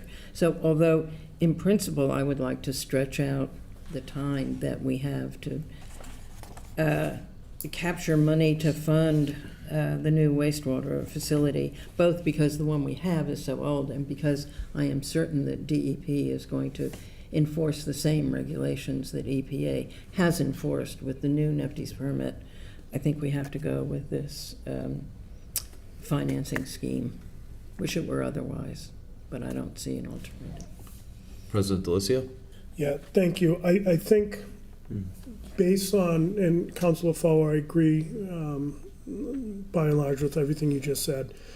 I think the situation we're in right now, as in many of our facilities across the city, is we've got bubble gum and duct tape on these things. This is a plant that's 45 years old.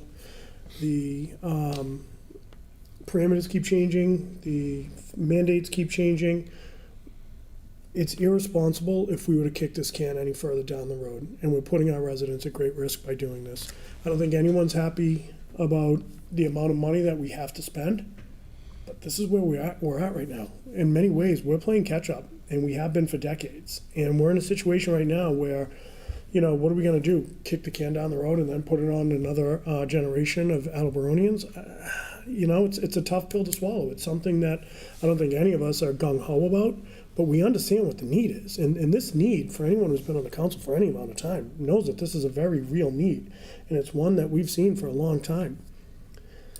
It's tough. It's a tough pill to swallow. And unfortunately, I think the mantra is certainly, are we going to pay more now? Are we going to pay a lot more later on down the road?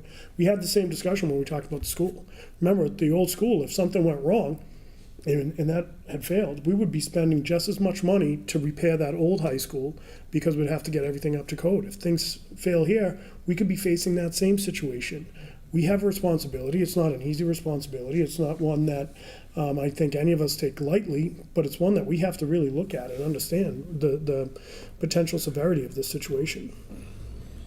Thank you, President Delicio.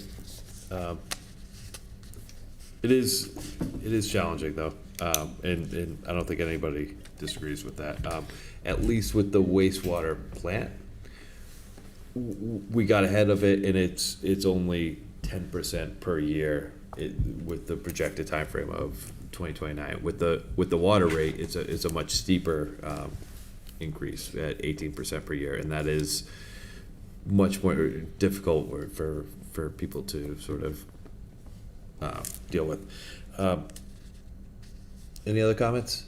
Hearing none. All those in favor? Aye. Aye. Motion passes. That was this one. Sorry.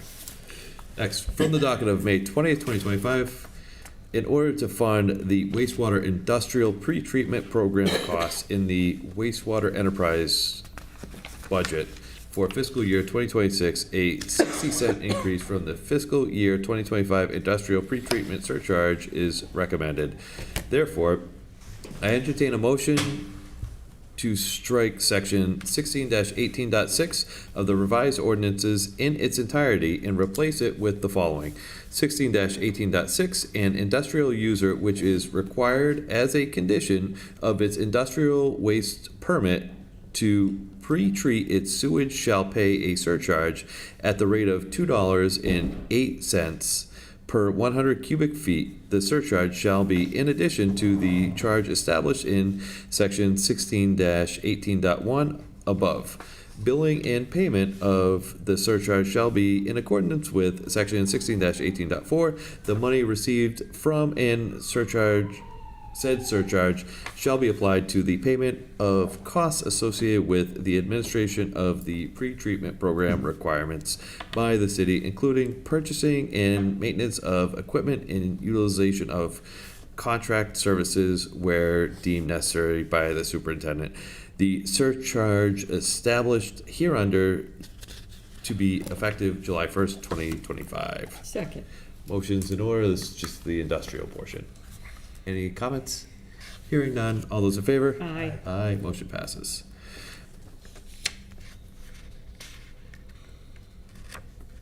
Okay, so let's go back now to from the docket of May 20th, 2025, I entertain a motion to approve the proposed water and wastewater enterprise budget for fiscal year 2026. Second. Motion is in order. Any comments on the water and wastewater budget? Hearing none. All those in favor? Aye. Motion passes. All right.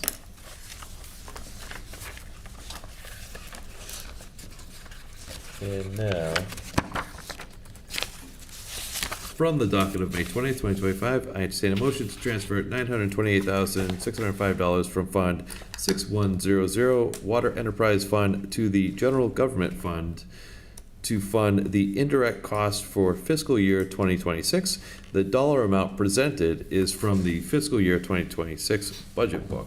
And to further transfer $797,706 from Fund 6000 Wastewater Enterprise Fund to the General Government Fund to provide funding for the indirect cost for fiscal year 2026 budget. The dollar amount presented is from the fiscal year 2026 budget book. Second. Motion is in order. All right, so these are the indirect costs. So in addition to the 1 cent per, so next week when we vote these out from the full council, also, if people want to make changes to the water or wastewater rates, in addition to knowing in the book that, 1 cent of the base wastewater rate generates approximately $8,812. And so knowing that if you're going to reduce the wastewater rate by X cents, that you also have to have a corresponding amount in the enterprise fund budget to reduce that by. You also need to understand that impacts the indirect costs. And so you'll need to know that whatever you're cutting in that budget, if it was used to calculate the indirect costs, because not everything is used in that calculation, you'll need to reduce this vote as well. So just bear in mind that if you do want to make changes to the water and wastewater rates next week, it will potentially affect 2 other votes, and so be prepared for those 2 other votes. Next week, President DeLisio, with your permission, I'd like to make sure that these 2 other votes happen after all of those rate votes. Is that okay? Yeah, let's coordinate with Virginia. Of course. Okay. You may want to notate that on your minutes. Sure. Good point.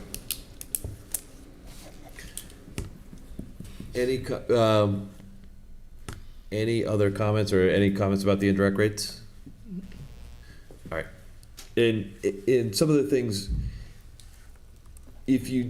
some of the things that aren't included in calculating the indirect rates, for instance, putting money in the savings account for the capital projects were not used to calculate the indirect rates. So that would be a simple, the $1 million in each that we set aside for the capital projects would be a thing. But in my opinion, I don't think that would be responsible. But anyway, any other comments? Hearing none, all those in favor? Aye. Aye, motion passes. From the docket of May 20th, 2025, I entertain a motion to transfer $28,155.58 from 3419397000 AHS Construction Other Financing Uses to 1000-392000 General Fund Other Financing Sources, and to further transfer the funds from 100-392000 General Fund Other Financing Sources to 100-321 300 General Fund Reserve for Premium DE Payment. Second. Interest payments for the high school. Any comments? All those in favor? Aye. Motion passes. All right. From the docket of May 20th, 2025, I entertain a motion to approve a 2% increase in the city's compensation plan for fiscal year 26 in accordance with section 13-4 of the revised ordinances of the city of Attleboro, effective July 1st, 2025. Second. Motion is in order. This is the 2% increase based on the compensation plan that we voted on. Any comments? Councilor Tavares. And just to be clear, I believe this was notated, right, in the budget, like there were separate line items for each department where this was already allocated, so this is.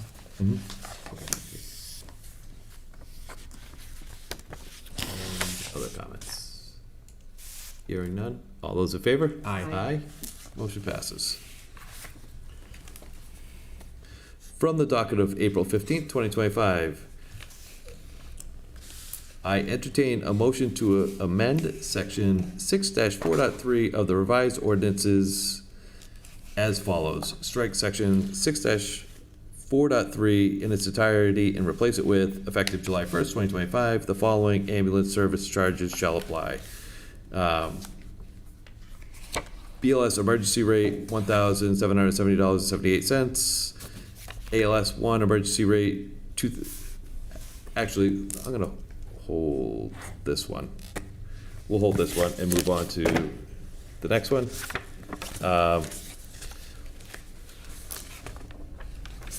I move to approve the municipal budget message as follows.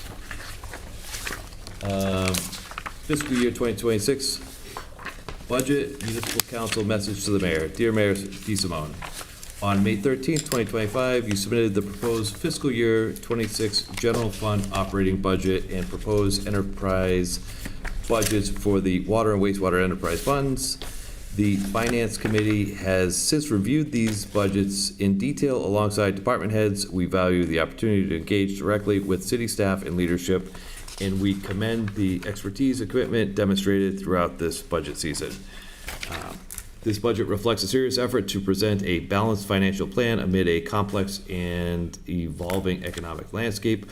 While legally required to adopt a balanced budget, we must acknowledge that the structural funding deficit confronting the city, especially the education department, remains unresolved. Many departments continue to operate without adequate funding or staffing to meet the community's evolving needs. Meanwhile, long-term capital priorities such as large water and wastewater infrastructure projects, a new public safety facility, and the Council on Aging remain significant challenges. A notable achievement in this budget is that for the first time in 8 years, the general fund budget is balanced without relying on free cash. This demonstrates commendable fiscal discipline. We recognize this success was supported by prudent decisions in prior years, including leveraging state and federal ARPA funds for capital projects, which reduced the need for new borrowing. Consequently, debt service has declined from around 3% of the budget in fiscal year 2020 to just over 2% today. The administration has widely reinvested some of the capacity freed up by reduced borrowing into capital needs as a placeholder for debt service capacity in future years. The $500,000 allocation to the reserve fund for capital has been maintained and notably funded for the first time through recurring revenues rather than free cash. The council applauds the strategy and discipline. We also acknowledge the significant investment in our public schools. The $120.5 million allocation to the Attleboro Public Schools, 58% of the total city budget, represents more than a 7% increase over the previous year. This funding aims to meet contractual obligations and prevent program or staffing cuts. Still, we recognize the continued uncertainty surrounding state funding and the net school spending framework. While the proposed budget is balanced, discussions during hearings made clear that certain departmental needs remain unmet.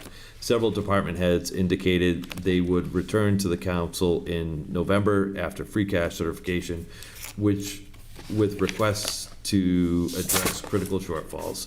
If we are increasingly budgeting in two acts, June and November, then the June budget should reflect that reality to maintain transparency and trust with the public. A couple key accomplishments and progress addressing prior council recommendations. We are encouraged by several meaningful developments in this year's budget. Addressing major fiscal challenges, this budget takes steps to address pressing large capital needs. We've previously mentioned the need to plan for permanent PFAS treatment facilities, wastewater upgrades, the Council on Aging, and a new public safety complex. Completion of the water and wastewater rate studies and implementation of recommendations in fiscal year 25 and 26 are keys to building reserves for these future obligations. Police and fire overtime. The administration has taken steps to reduce overtime budgets in police and fire, anticipating gains from recruitment and retention initiatives. While budget constraints contributed to some reductions, others reflect structural and policy shifts, particularly in the fire department. This is a promising step, and we support monitoring these budgets closely and supplementing with free cash if necessary to maintain essential services. Capital improvements. The commitment to dedicate a $500,000 line item for capital. Now the reserve fund for capital remains intact. Budget book evolution. We appreciate the continued development of the budget book format, including the inclusion of departmental narratives, accomplishments, and objectives. Capron Zoo transparency. Moving the Capron Zoo budget to its own section increases visibility, transparency, and accountability for this unique city asset. Areas for continued focus and recommendation. While these accomplishments represent real progress, the path forward still includes significant fiscal challenges that require sustained strategic focus. Financial stability and policy. First one, structural deficit and free cash policy. The fiscal year 26 budget avoids free cash use for balance, but this anticipated mid-year requests funded by free cash underscore a structural imbalance between sustainable revenue sources and the expenditures required to maintain core municipal services. We again call for a formal free cash use policy, including a roadmap to eliminate reliance on one-time funds for recurring expenses. 2, transparency and free cash tracking. We support exploring a digital budget book and real-time transparency portal. A public free cash request tracker could also improve clarity on mid-year funding needs and commitments. 3, stabilization fund policy. We recommend adopting a formal policy establishing a target reserve balance or annual contribution schedule for stabilization funds aligned with best practices, for example, 2 months of operating revenue to preserve our bond rating. Next one, debt management policy. We encourage the development of a formal debt policy that includes regular reserves and debt ratio reporting and explores raising the budget percentage devoted to debt service, excluding exclusions, to support large future capital projects. User fee policy. We recommend adopting a policy for routine review and indexing of user fees to ensure alignment with cost recovery goals and to minimize subjective or political influence in the fee adjustment process. Next, staffing and operational capacity. And I know this next one's a big one. Deputy staffing strategy. Critical departments, including planning and development, parks and forestry, and DPW, are all operating without deputy level leadership, limiting strategic oversight and operational resilience. These vacancies not only hinder day-to-day operations, they present real risk to long-term planning, succession, and emergency readiness. Filling these roles is a pressing need. While the administration prioritizes this after new growth is certified, the council strongly advises against relying on one-time revenue sources to fund ongoing operational expenses, particularly for essential staffing. Zero-based position review in workforce planning. We support a zero-based position review for all vacancies and propose an annual workforce attrition report, preferably at the calendar year end, to support long-term planning and retention strategies. Revenue strategy and grant support. Long-term Capron Zoo sustainability. With general fund absorption of zoo staffing costs in fiscal year 26, we recommend exploring new revenue models, including potential public-private partnerships or privatization to ensure long-term financial stability in time to influence the fiscal year 27 budget cycle. Next, maximizing intergovernmental aid. With ARPA ending, we urge continued diligence in grant exploration and recommend revisiting the potential value of a dedicated grant originator role. Next, grant volatility. We must plan for unpredictable state and federal funding. Potential instability in programs like SHINE highlight the risk of service disruptions. Healthy reserves and reserve planning remain our best insurance. And then finally, achieving a balanced budget under these economic conditions is a testament to collaborative leadership, but resolving our structural challenges and preparing for large-scale capital needs will demand sustained commitment throughout thoughtful policy development and shared sacrifice. With continued coordination, enhanced transparency, and prudent planning, we can protect Attleboro's financial health and uphold our responsibility to future generations. This council remains unified and engaged. We are grateful to the collaboration with the city's finance team, assessor, treasurer, auditor, director of budget and administration, and mayor. In particular, we extend our thanks to City Auditor Deb Gould and Budget Director Mason Lord, whose guidance has been instrumental to our work. Respectfully, the Attleboro Municipal Council Finance Committee.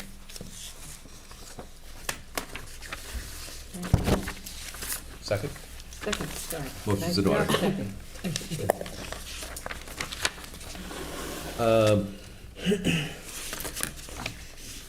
So I thought I captured most of the things I heard when meeting with the department heads. And a couple of the things, so we have this item on the budget with the rate increases for the ambulances. And one of the key items that I wanted to include here was the user fee policy where we tie those to annual increases based on indexes, so those things don't become political, and so we depoliticize some of that, and so that's why the piece of the ambulance item is less about sort of the individual rates and more that it's tied to the Medicaid index. And so in this policy for user fees, and the more we can tie those user fees to what it actually costs, in having the administration develop those policies and sending more of that sort of thing down to us, I thought was important. I know hearing from Parks and Forestry and DPW and them talking about not having those deputy positions was heartbreaking, and I don't know that waiting until November is the right answer, but so I thought that deputy staffing strategy comment was important, and I know the administration always talks about succession planning as being important, but hearing that in those three different positions that we didn't have deputies was challenging, and so where the mayor rescinded the proposal to have her chief of staff, I think was the right move, because that would not have looked great to have, that still pending before us while, these three department heads did not have those positions, nor were they being funded right now. And then obviously the Caper Park things. I think it's important that we encourage the administration. I thought we had a great conversation about Caper Park. I thought it was one of the first real honest conversations we had about the zoo in a long time, and I think it's challenging for us to have these difficult staffing conversations and then for us to be subsidizing the zoo, and we all love the zoo, don't get me wrong, but those are really, we're limited by Prop 2.5, and it's a brutal reality that we face. And don't get me wrong, I applaud the administration for presenting a balanced budget and for strategically not eating up all of our debt service capacity with operating costs, because the administration could have easily just said, you know what, I'm going to use free cash to cover that $500,000 of capital, that capital improvement line item, and just eating up that debt service capacity, and it would have been gone in a heartbeat. And so I very much appreciate that discipline of not doing that, and I know it was difficult. So these aren't easy decisions, and I very much applaud the administration for the budget they presented. I know the administration talked about how Mason created a budget with layers, and there's definitely layers in strategy behind what was put forth here. So, any comments, President Delizio? To use your word, outstanding. Outstanding job. I think you did a really nice job. It's hard to encapsulate the thoughts in the approaches of 11 councils, but I think you did a really, really nice job. I think one thing that needs to be driven home, and we talk about this every year, this is more than just a check off the box activity to go up to the mayor. This is a historical document that shows where this council and every council previous and after us stands. And I think it's really important that whoever is crafting this message, and in your case, you did a fine job of capturing what has been said. And there's a lot of nuances to this where it might not have been explicitly said, but I think if we're increasingly budgeting in 2 acts, June and November, that whole concept is brilliant. You know, the one thing that I would still urge you to do is let's work on a second message that we can send to our state delegation and our federal delegation, because we are getting to a point where we're going to need some help outside of what's coming in, our proverbial 4 walls. But by and large, Todd, really well done. Thank you, President Delizio. And if I could, Councilor Forward, for the line that says grant volatility, I can amend that for what comes down next week to say grant volatility, to add the and coordinate with neighboring communities at the end. Healthy reserves and reserve planning remains our best assurance, and coordinating with neighboring communities. Because I know one of the things we talked about was with the increased instability, there might be some ability to coordinate with neighboring communities. Is that okay with you? Certainly, yes. Perfect. Thank you, Councilor Forward. Councilor Holmes. Thank you. Thank you for doing this, Todd. I'm glad that you mentioned the bond rating, because that was a big part of the discussion and a concern about how they're making some changes there that could definitely impact us. The deputy staffing strategy, I'm wondering if you would be open to adding the budget. They talked about Mason having a number 2 as well. And I did think that was something that it seems like the city does need. So I don't know how the committee feels about that. And then the other... Before we move, I can come back to you, but let's address that one. Okay. And because I considered that one, and I intentionally left that one out because I thought the other 3 were much stronger, and they were the budget assistant isn't an existing position that's not funded. That would be a new position to add.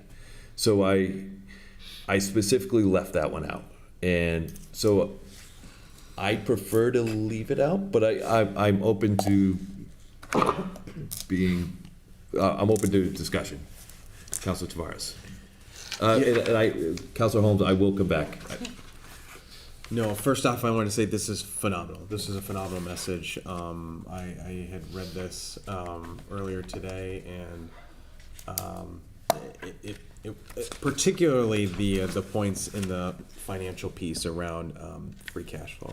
I think that's critical to mention that the fact that this budget was balanced without free cash, which also creates some other challenges that obviously we've been discussing, but I think that is great, as well as the stabilization fund policy. I think that's super important, especially as the metrics for bond ratings will be changing in the near future, and just thinking about big projects that we have down the line and preserving our ability to be able to fund those to the best of our ability. Amazing job there. On the deputy staffing strategy, I do have an opinion there. I think it's important to create distinction between, to the point you were making, Councilor Kovas, vacant positions versus new positions. And I think, would it not be accurate to say even under planning and development, I don't think that's a vacant position right now, right? Like that would be, I think, creating a deputy position. I mean, there's a senior land use planner, but I believe that's someone is currently employed in that role. But anyway, to the point, I agree with you. I think we should probably keep those separate. I mean, we could talk about maybe creating another section. I don't know if that would be appropriate regarding new positions to address other needs to to fill some needed roles. But I do think that's distinctly different than the vacancies that we're seeing. Thank you. President Delicio? Yeah, thank you. So, Councilor Tavares, I appreciate your words, but I think the answer's somewhere in the middle, because I appreciate where Council Holmes is coming from. And if we just think over the last 2.5 years, before Mason, his predecessor, ended up leaving right before budget. That left us in a bit of a bind until Mason came on board. Then we had to get Mason back up top. We understand Mason's obligations took him away for a healthy period of time. I think that assistant is vital, and whether it's if we put it under vacant or created, we've got to look at it. These positions should be viewed as what's going to help keep the city moving forward, what's going to help the delivery of service to the residents. And I think this one is critical because, even the last couple of weeks, Mason's obligations, and God bless him on several levels, but working around his schedule to be here last week, I thought was just an amazing task. I think this is one that's really, really important because we can't afford to have a situation where we don't have a budget and administration director. So if we could put that somewhere in there and maybe we draw it out, I think it's important. Just for simplicity, I'll just insert it in there and we'll just keep it simple. I'm convinced then. Great. Unless anybody else objects. I did consider it, and fair enough. Did you have a comment? Yeah. Or actually, any other comments on inserting the budget department in as for the deputy thing before I go back to Councilor Holmes? Councilor Holmes. Thank you. I'll just be brief. So yeah, just thank you so much for doing this. And just the last piece is Cape and Park Zoo. I really am concerned about what's going to happen there. And I was very alarmed to see that the fourth option that the administration highlighted in the book, I'm not on it right now, but it was something about dissolving it. And that was horrifying for me to see that. So I definitely think we need to be thinking of how we can help the zoo along and make it more sustainable, because I'm not willing to just cut funding and we would just be sabotaging it. We have to do something to make this functioning for them. It's such an important part of the city. So thank you so much for doing this, though. Appreciate it. Thank you. And I think including the thing about long-term zoo sustainability was useful, but the piece that was important to me is that we asked that they consider options in time to influence the fiscal year 27 budget cycle and really try to put pressure on the administration to come up with something, because it is challenging that we're funding the zoo at the expense of these other departments, as much as we all love the zoo. And it doesn't mean we have to act now, but like if we can come up with the plan and figure that out in time, that'd be great. Councilor Lavoie and then Councilor Reynolds. Thank you. Great job on this, as you've heard. And yeah, it's a lot of work. Still like hearing it though. But yeah, you touched on a lot, and I've marked on a lot of points here. But definitely love the mention of the 2 acts, June and November, regarding free cash. Again, the structural deficit in free cash policy, like the way you worded it all is perfect to me, and I couldn't put it down better myself. And then I love that and I hate the premise of it, but I love that we mentioned the deputy staffing strategies. Obviously, I share the concern with those positions, especially putting them out to November. I definitely worried about the impact on those. But all in all, I'm happy with the budget. A lot of communities around us are doing overrides for just funding staffing positions, so I think we're in a better place than most, although I don't think anyone is jumping for joy, but I think it's a very good budget, a very lean budget, as you said, and yeah, I think you hit home on a lot. Thank you. Thank you. Councilor Reynolds, then Just Councilor wanted- Waterman. If I could address to Counselor Holmes about the zoo, and I think Counselor President Delicio was on there for a while myself, but there was a task force 2 years ago, and a lot of changes were made with the zoo. They were in a $1 million deficit, and you can see that even with all the changes we tried to make and help and support them with, there's still a 900,000 something deficit. I don't see that, to be honest, changing. I don't see how it can change in the world of zoos today, small zoos. I think what the administration is suggesting in ways of privatization or someone else coming in and putting some finances into it, because it's just impossible. Like everything else, there are now certain mandates they have to follow. Everything that breaks down has to be done in a different way and a much more expensive way. So it's not a simple solution, and the solution that they came up with last year and worked on, it just couldn't pan out. So as difficult as it may seem, and there's been discussions with the people at the zoo regarding privatization, and they're comfortable with that. So I think it's an option we should really consider. Thank Perfect. you. Councilor Waterman.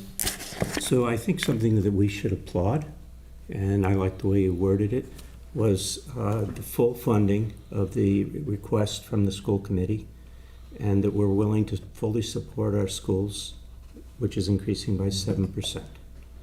And hopefully we can find, and the school committee can also find other ways to help supplement their budget in the future, but no one gets laid off. I think that was great. But also recognizing that there's a difference between the budget and the funding issue from the state and all of that, and sort of recognizing that difference as well. Sure.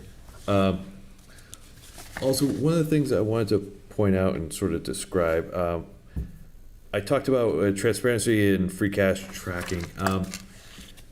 My mental model for that, and one of the things, there were a number of items that we heard from department heads where they said, oh, like, we'll request for that in November, or we'll request for that later. And for instance, the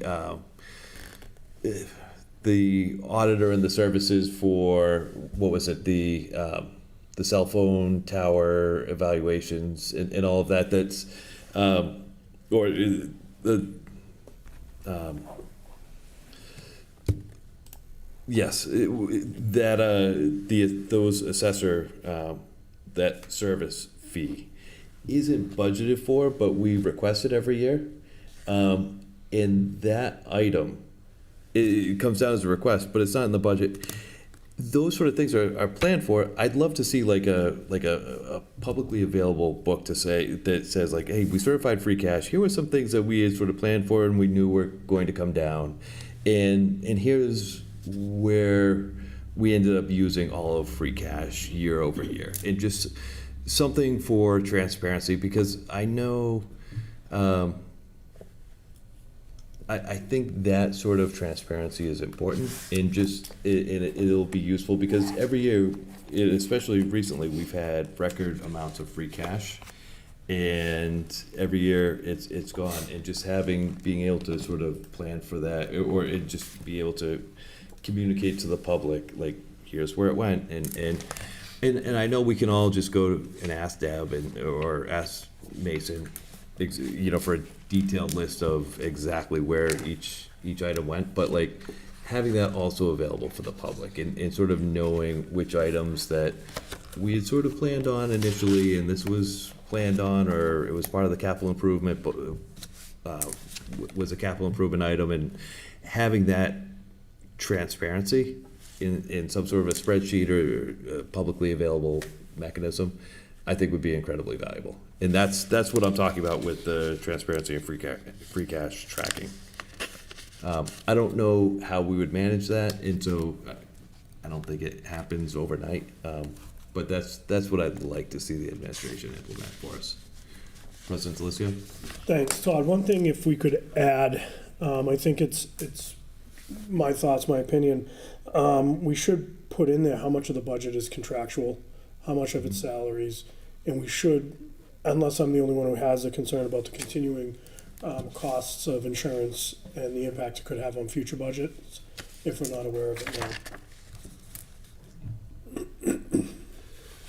Okay. But other than that, it's still outstanding. Councilor Foy. This is a terrific job, as I have already said to you when you first sat down.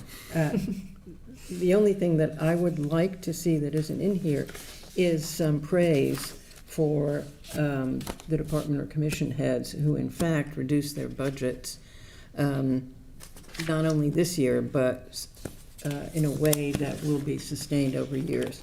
And in particular, I'm thinking of the election commissioner who found a way to acquire, I think it was a tabulating machine, so we don't have to rent it every year, and so that we can do it more quickly, more efficiently, more cheaply year after year. I thought that was a wonderful initiative, and I would like to see some recognition for that kind of, for that initiative and any others that other councilors may wish to add to it in this letter to the mayor.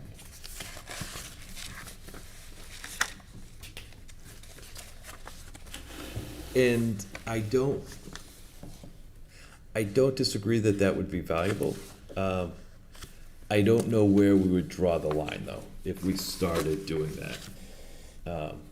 And so I tried to limit the key accomplishments to, here are things that in previous budget messages we've said, can you do this? And then we've made progress on that. For instance, improvements to the budget book, improvements to transparency, the comments about overtime and the capital improvement thing.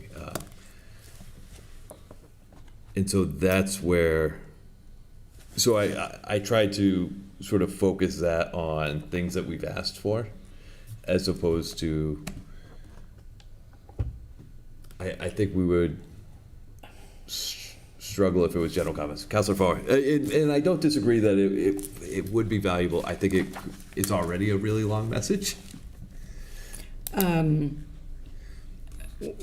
While it's good to ask for things and have responsiveness, to have items that we didn't even consider, that we didn't even think of, that in fact reduce the budget and will continue to do so.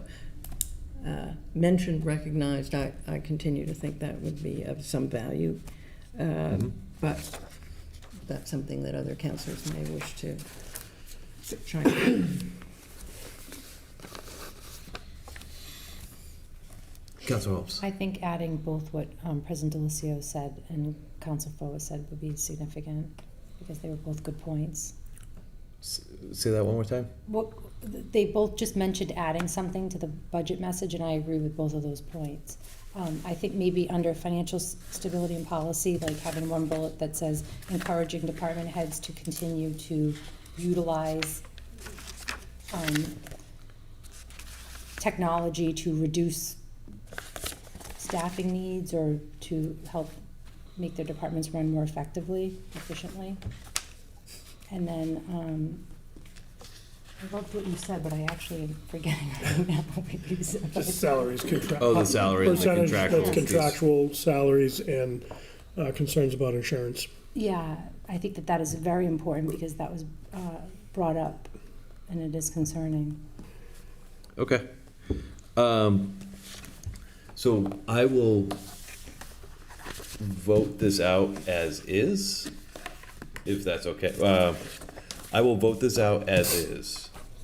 And then I will, on Tuesday, so I'll send out a proposed amendment through Virginia.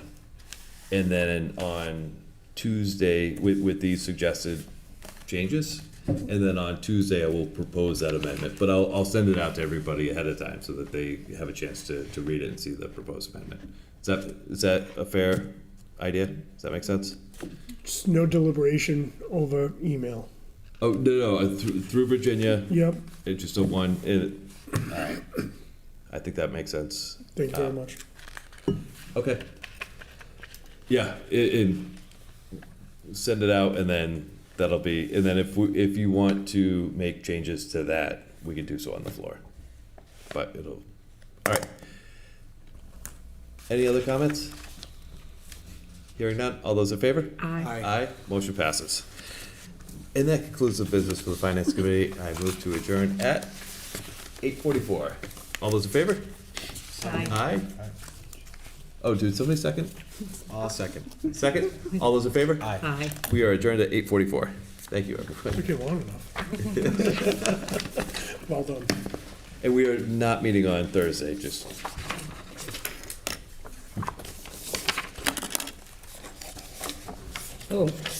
The IT and Infrastructure Committee has no business this evening. You'll be relieved to know. I call the committee meeting at the next appropriate time. The Licenses Committee is canceled for this evening. I'd like to call the City Property and Claims Committee to order at 8:45.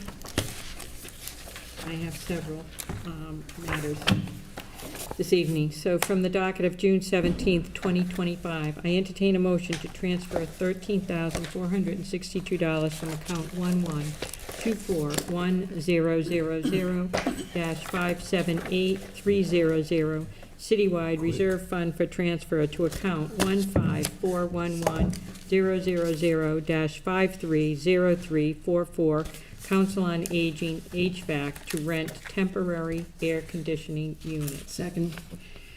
Thank you. I think it's pretty self-explanatory. We've been discussing some of their air conditioning issues and units and whatnot for years. So, it's still a matter of contention over there. It's an old building. Any other questions? I do have a question, because I see, HVAC and air conditioning units, and I don't know what kind of units they're using, but I've seen a lot of people, residential homes, getting these split units. Yeah. So the heat pump split units, so they're also air conditioning. I don't know if it would work in the senior center or the Council on Aging, but I was just thinking of if there's other options other than renting air conditioning units, might be something to look into. Well, to be honest, it has been a contention for a long time. They've looked into a lot of different things, and Bill McDonough has recently spent some time on this in general, and found this to be the least expensive manner at this time, and so that's what they're doing, mostly because of the cost. Okay. Okay. Any other questions or concerns?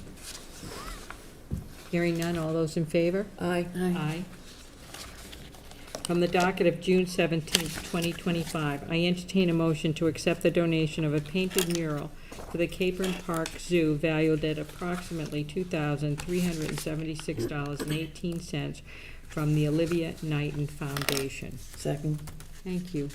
Any concerns or questions regarding this? Okay, this young lady, if you look at the thing, this is in remembrance of Olivia Knighton, who had a love for butterflies, and it's just a nice way for people to remember this young person. Hearing all those in favor? Aye. Thank you. Okay, that motion passes. From the docket of June 3rd, 2025, I entertain a motion to accept the generous donation to the city of 8 McCoy Stadium seats from the city of Pawtucket. I wonder where they're going to be placed. With an estimated value of $100 per seat, these generous donations to the city of Attleboro. Second. Thank you. Any other questions, concerns? 1, 2, and 3. You took the words right out of my mouth. I was like, this Where are they is great. going? Where are they going? I'd love to see them. I have no idea, to be honest, and I don't think it did say it in here, where they were going to be placed. Look forward to finding out at some point. I will find out. I will ask that question. I think we can still bring it up. but, Absolutely. Yeah. That was mine too, so. That was yours too, okay. I believe Derek told us that some of them were going to be in Highland Park and other locations around the city, but he did tell us where He they were did, going to go. I do But not we can ask recall him him telling. again. Yeah, and it's not in here. So I can't tell you, and I But don't when he remember. He came- might have brought it up before, so He did talk about I it. will where they were ask. going. Okay. All right, any other really pertinent questions? Hearing none, all those in favor? Aye. Aye, that motion passes. And that is all of the motions I have this evening. I'd like to call for an adjournment at 8:49. All those in favor? Aye. Aye, we are adjourned at 8:49. City Property and Claims, thank you. Thank you. I'd like to call Public Works to order at 8:49. I have, I think, 7 tonight. From the docket of June 17, 2025, I entertain a motion to appropriate $646,152.95 from account 10003590000, undesignated fund balance free cash general government to the following accounts for the fiscal year 25 snow deficit. $84,127.19 to account 142310005131010, snow ice control, overtime snow removal. $9,000 to account 142310005199921, snow participation. $2,760.73 to account 142310005242110, maintenance of equipment. $184,068.50 to account 142310005298080, snow plowing services. $61,727.83 to account 142310005484040, supplies equipment. $296,953.50 to account 142310005533030, supplies salt. $7,515.20 to account 142310005533040, snow ice control, supplies sand. Second. Thank you. I know Mason discussed this in, during the budget, and this is just the snow deficit for fiscal year '25. Because they didn't include it in '25, and it's the amount that they raised for '26 in the tax recapitulation. Does anybody have any questions? All those in favor? Aye. Aye. Motion passes. From the docket of June 17, 2025, I entertain a motion to transfer $50,000 from account 610-578-300 Water Enterprise Fund Reserve Fund for transfer to the following accounts to pay for services and supplies for the remainder of fiscal year '25. $25,000 to account 610-521-006 Wastewater Enterprise Fund Sewer Services. $20,000 to account 610-530-186 Water Enterprise Fund Police Details. $5,000 to account 610-553-180 Water Enterprise Fund Supplies Water and Wastewater. Second. Thank you. So these are just some bills that are left over from water main breaks, for police details, for water main breaks, and then to pay for sewer services. Does anybody have any questions? All those in favor? Aye. Aye, motion passes. From the docket of June 17, 2025, I entertain a motion to appropriate $1,271,900 from account 10003590000, undesignated fund balance free cash general government to fund 3575 roadway repairs for Lindsay Street pavement restoration projects. Second. Second. Oh, you I'm did. sorry, I didn't hear you. So everybody knows what's going on with Lindsay Street. We had the water main replacement. We had to go through the frost warm cycle before we could finally pave it. And we couldn't use ARPA funds, which I know Mason had discussed with us before. So there is a 20% contingency on it. It's $1,059,915.60. But since this would be a fiscal '26 project, and the prices aren't finalized yet, we want to make sure that we have enough contingency just in case over the next 3 to 6 months that there are any prices raised.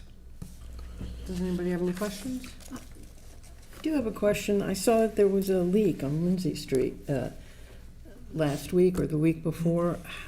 How is that possible? A water main leak? Well, I don't know. It depends where it was, I guess. I think that was that Lindsay and Pleasant, like right at that corner. Pleasant's Main, that feeds Yeah. Lindsay. That wasn't It part of the concerns project. me that there's a water main break here when we're about to start paving it. Well, I mean, we can't predict a water main break. But we just repaired this. Right, but I don't think that portion, because I know the state's doing work on Pleasant Street as well, so I don't think that corner is part of the Okay. water main replacement on Lindsay, but I can certainly find out what happened with that. I think that was separate. Councilor Boyd? Thank you. Yeah, so my understanding is it's Pleasant, Maine that feeds Lindsay Street, so it wasn't part of the replacement project, but much to Mike Tyler's point, he spoke a lot on when we do construction. A lot of disruption happens underground and breaks the mains a lot of times, so I think it's not a good irony, but it's ironic he mentioned it, and a week later we had a main break where we're doing a lot of construction on Pleasant Street. But yeah, to my knowledge, it was nothing to do with the replacement project. So he jinxed us. Oh, I'm sorry. Yeah, I would also add that, I mean, Lindsay Street's a long street. Yeah. It's a Goes very into- long street with a lot of mains and pipes and everything going on underneath. But if we were to have a break, when we have the crews already out there, it's probably the best time to have that break. Just on that, the project is 10,800 linear feet of pavement restoration. I'm sure that we can all imagine how much 10,800 linear feet is. Anyway, does anybody else have any questions? Okay, all those in favor? Aye. Aye. Motion passes. But anyway, everybody will be happy on the Lindsay Street project. Councilor Curtis. From the docket of June 17, 2025, entertain a motion to transfer $2,200 from account 11241-000578300 citywide reserve fund for transfer to the following: $1,000 to account 12921-000-513-022 animal control callback overtime, $1,200 to account 12921-000-513-100 animal control holiday sick time vacation overtime. Second. Thank you. So this is basically self-explanatory. It was for a large number of emergency calls that they had, and then they also had to cover sick time, overtime, holiday. I mean, excuse me, not overtime, and holiday coverage. Does anybody have any questions? All those in favor? Aye. Aye. Aye, motion passes. From the docket of June 17th, 2025, I entertain a motion to appropriate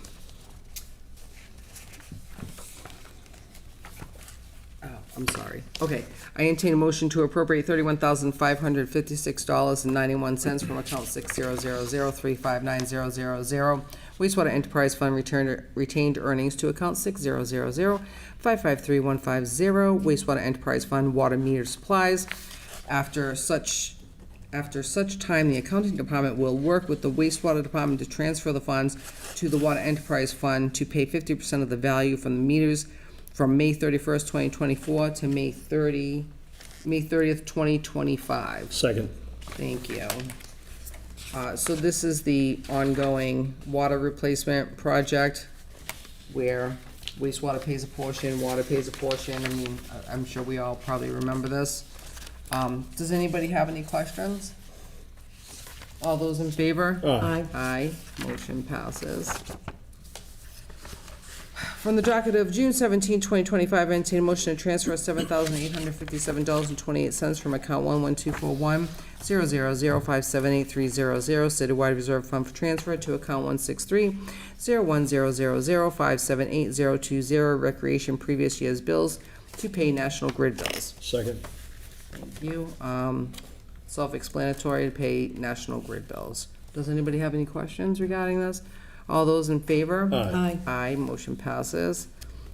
And the final one from the docket of May 20th, 2025, I entertain a motion to approve the petition from Massachusetts Electric Company, DBA National Grid, and Verizon New England, Inc., requesting permission to install one Joe pole on Dunham Street, install a stub pole 5116-84 south of pole 5116, 30 feet plus or minus, in sidewalk anchor / guy to support leaning pole 5116, Attleboro, Mass. Second. Thank you.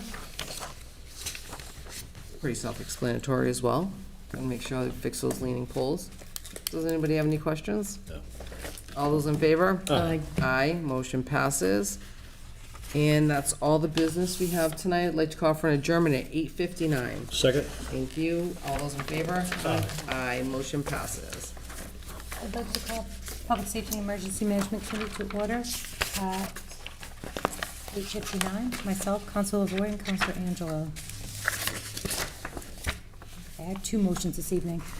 From the docket of June 17, 2025, I entertain a motion to transfer $7,000 from account fire dispatch overtime to account fire certification differential due to numerous firefighters obtaining department-approved certifications after the fire department budget was approved. Second. Certifications. I can't even talk tonight. Okay, so I think that's pretty self-explanatory. The backup information did go over that, though. Does anybody have any questions or comments? This is the end of the fiscal year. There's some budgets kind of making some changes. People are making some changes in their budget, trying to adjust some funds, and that's all that's happening here. All those in favor? Aye. Aye. Motion passes. From the docket of June 17, 2025, I entertain a motion to transfer $48,000 from to account fire overtime from the following: $24,000 from account fire uniforms and $24,000 from account fire tuition books. Second. Thank you. So again, they did not use the funds for uniforms, and funds for tuition and books were not used, but they did need the funds for overtime, so there were some adjustments made internally. It just seems to make sense. It's the end of the fiscal year. We need to approve this. Any other comments or questions? All those in favor? Aye. Motion passes. That's all the business this evening. I'll call for an adjournment. Second. All those in favor? Aye. We are adjourned at 9:01.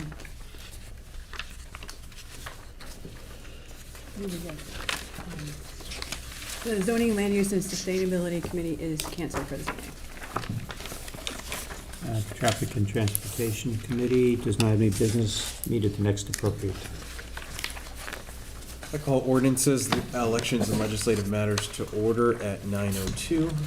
Members of my committee includes myself, Councilor Holmes, and Councilor Kovas.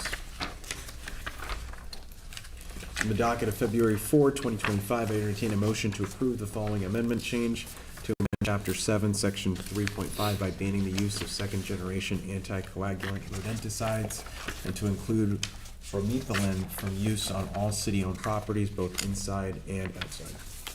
Second. Thank you. Motion is in order.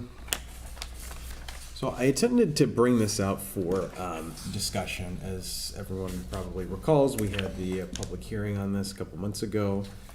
I have since talked to a few different departments. I've talked to the health agent, Dr. Dan, Parks and Forestry, had a conversation with Derek, and the recreational department. I talked to Christy and Tim, just regarding the city's use of pest control contractors at this point. So the city does contract with Flynn Pest Control.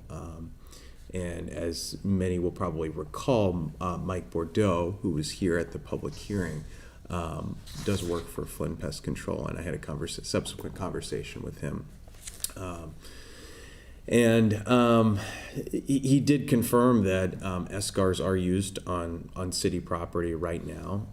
He mentioned that predominantly they're used in indoor stations, so things like kitchens, loading docks, and things of that nature, and not many in outdoor locations, but the outdoor location bait stations are typically near dumpsters, right? Food sources for rodents. he mentioned some of the same things he said here, which were that second generation SCARs are the most effective rodenticide, but also did acknowledge the alternatives. First generation vitamin D, even birth control options. And his position was that these are not as effective based on anecdotal experiences and other communities, and also mentioned a potential concern of banning them on city property, again, as handcuffing to an extent the tools that are available for pest control companies. And after having conversation with the health department and Parks and Forestry, I think generally, I don't want to put words in their mouth, but they're concerned with unintended consequences. And I don't know if anyone has been following this, but a couple weeks ago with the rodent situation in New Bedford, given certain factors of, I believe, a recycling facility that caught on fire, and created an issue where the source of food and water was then unavailable for rodents, so they went looking for them. And so in situations like that, I just think about, okay, well, that's a situation where it may be important to preserve the ability to use different options of rodenticide. And so I am concerned with unintended consequences. And also when we think about the scope of what we could accomplish as a city council, we really only have the ability to ban this on city property. So this doesn't speak to what homeowners do or anyone else in the community as it relates to the products that they use in terms of rodenticides. So I think we're handcuffing licensed technicians and likely probably not even addressing where the bulk of the issues may come from improperly using the rodenticides from those who are not licensed. So those are sort of my general thoughts. While I fully understand the risks and consequences of using these, I mean, it's documented, right? I mean, SCARs getting into the systems of animals and wildlife, and that does affect the ecology around us of those populations, and so that is definitely a concern. But I think if we're looking at this objectively, we also have to realize that there's risks and consequences on both ends. One of the things that I would be open to exploring is perhaps, rather than an outright ban, perhaps as a council, if this is something that we're in favor of, and coming from our committee, potentially is a resolution to the administration that outlines our desire to see a move away from these, especially where the state is working on legislation to perhaps ban, and maybe it's not a ban, maybe it's just a restriction, further restriction on the use of SCARs, is being able to test this out with whoever the company, whoever the city does contract with, whether it's Pest Flint Control or any other company, to start trying on a trial basis, starting to treat maybe some locations throughout the city without SCARs, and start running different tests to see if we can use viable alternatives that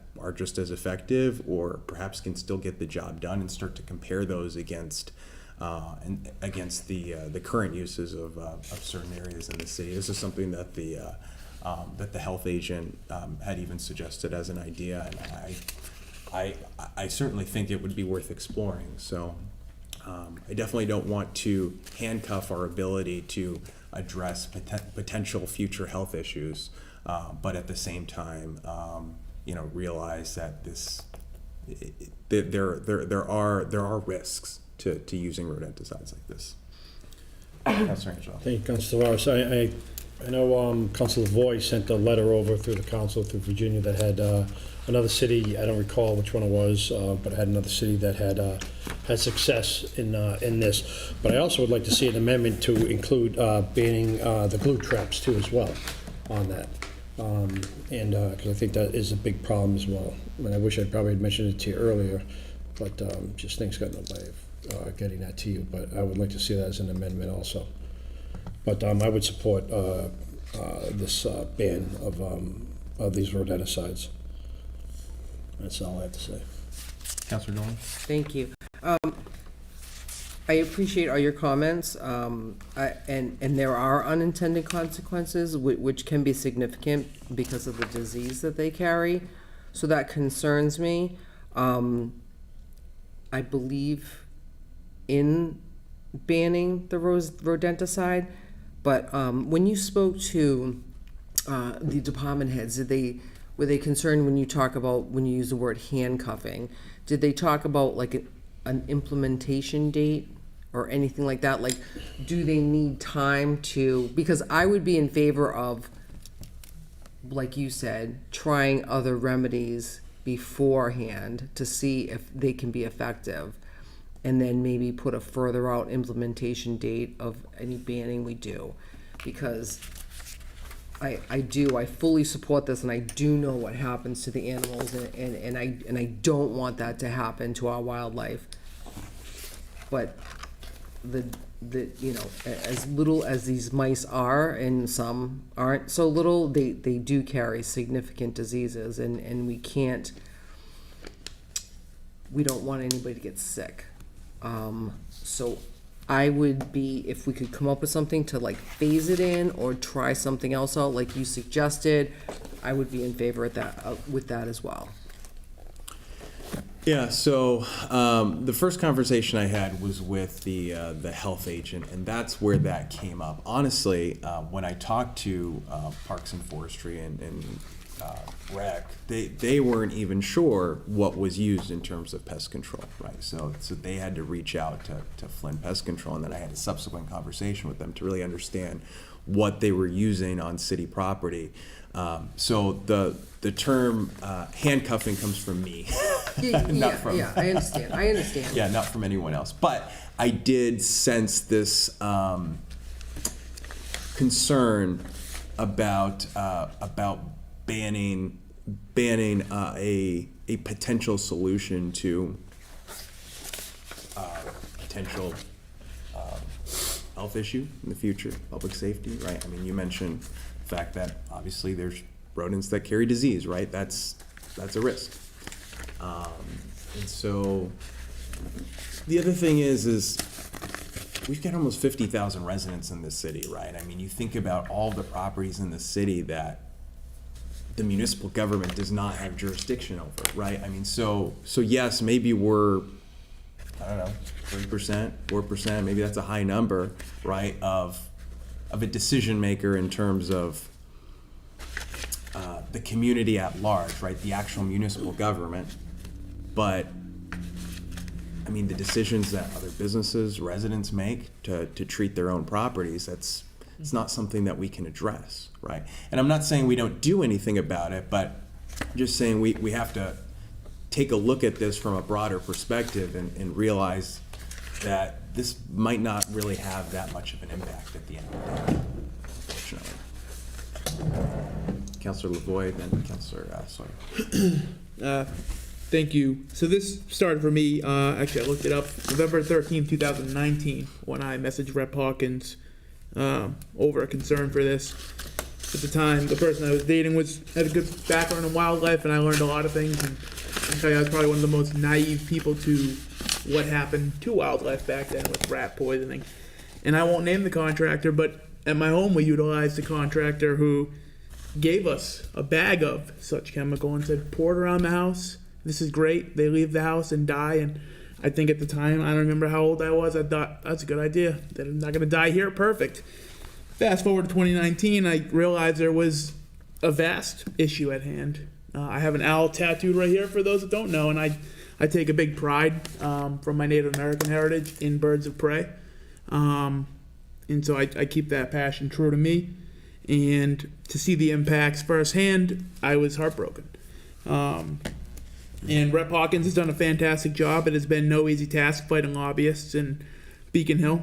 And it seems like this year we're going to have our best foot forward in getting this through, hopefully, with a lot of tweaks. But I mean, the amount of support that's grown over the handful of years has been immense. And, you know, I don't take this as a big drop in the bucket in terms of helping. I hope that I could save one hawk or one fox or owl. That'd be great. For me, it's more of a statement to those lobbied politicians on Beacon Hill that, you know, cities and towns do care. We do have a vested interest in this, and we want them to listen to us. So I wanted to see how this played out. It's in my full wants, and I plan to put through a home rule petition for this, the same as Arlington did, and follow in their footsteps. And hopefully, again, that moves the ball a little more. But touching on, I guess, the handcuffs, you know, if our contractor can't handle it, there's plenty of contractors that can. I shared the article of a contractor who specializes in this now, and more contractors have been coming on like this. This is gonna happen. I'm pretty confident this will happen, if not in the next year or two, within the next 5. So I think that's why we see contractors begin to be a little more aware and working towards this. We need to be better at being cleanlier people and preventing it in natural ways, and not just, you know, throwing poison here, there, everywhere. And, you know, cities that are far bigger than us have been doing good at this. And I'll tell you, I lived in Lowell when I was at UMass Lowell, and they had river rats that would jump in the water, and I swear I thought it was a cat. And they've implemented this, and so far, and I hope that you can reach out to them, but they've had improvements. And North Attleboro as well was recently in the Sun Chronicle for having seen a reduction in rodent issues, given they've shifted more towards natural prevention as opposed to just trying to kill off rats, because rats are a being. If they're dying from a chemical-driven source, they will overpopulate to combat that, much like any other animal. So we need to find natural preventative measures and make them less likely to reproduce because of a sustainable aspect that isn't there from, like you mentioned, dumpsters and things like that. I'll conclude my comments. And if I could ask you a follow-up Yeah. question, Councilor Lavoie, if we could accomplish the same thing as a council via the administration and commit to not using SCARs on city property via the contractors that we use, is that something you would be open to? Given the push for this, I don't want to have Attleboro be behind the curve and be forced to do this. I want to be one of the cities that is instrumental in getting this done. And I think more so, like I meant, it's more the message. And again, if we can save a hawk or two in the process, that is like beyond, I'll be thankful and I'll feel accomplished. But I think at the very least, we need to get a message out there. And beforehand, I thought about not introducing this and maybe doing as you mentioned. And I contacted one of the 2 departments, I won't say which, and I got a pretty rude response. And they told me, we don't know what they use, figure it out yourself. We don't know what they use. And I said, so we don't know what chemicals are on taxpayer-owned property? And they said, no idea, but you can figure it out yourself. And I said, okay, I will. And then I just put this through without consulting them further, because to me, I think we have a bigger problem, man, if we just have no oversight in our contractors and they're just putting whatever they want on our property. That seems even worse to me than finding a contractor that can do it, because then we have to take their word for it because we don't know. So then I have to trust the administration to oversee this contractor and hope they are doing this. So that would be my pushback. If I didn't have that negative reaction, I think maybe I'd be more open to it, but I think there's other issues at hand that I see. Councilor Sawyer, then Councilor Anderson. Thank you, Councilor Boyd. I was actually going to reference the letter that you had sent to everybody, and I wanted to say that if there are other companies, we can contract with somebody else that hopefully then we can suggest it to the rest of the city for homeowners to also use. That was all. Thank you. So I agree with everything that Councilor Lavoie says. I do want to clarify one thing, though, with Flint Pest Control. I have spoken to Mike on several occasions and stuff, and they can handle this new approach. That's not a problem with them at all. his only comment was, it's just, you're taking away or eliminating one of the tools in his toolbox. But they're already doing it for other places, and they have no issues handling it the way we need it to handle it. It would be a little bit more expensive, but I still think it's well worth getting it done. So, but Flynn would have no problems with it. And that's consistent with my discussion with him as Yeah. well. Are there any other comments, questions?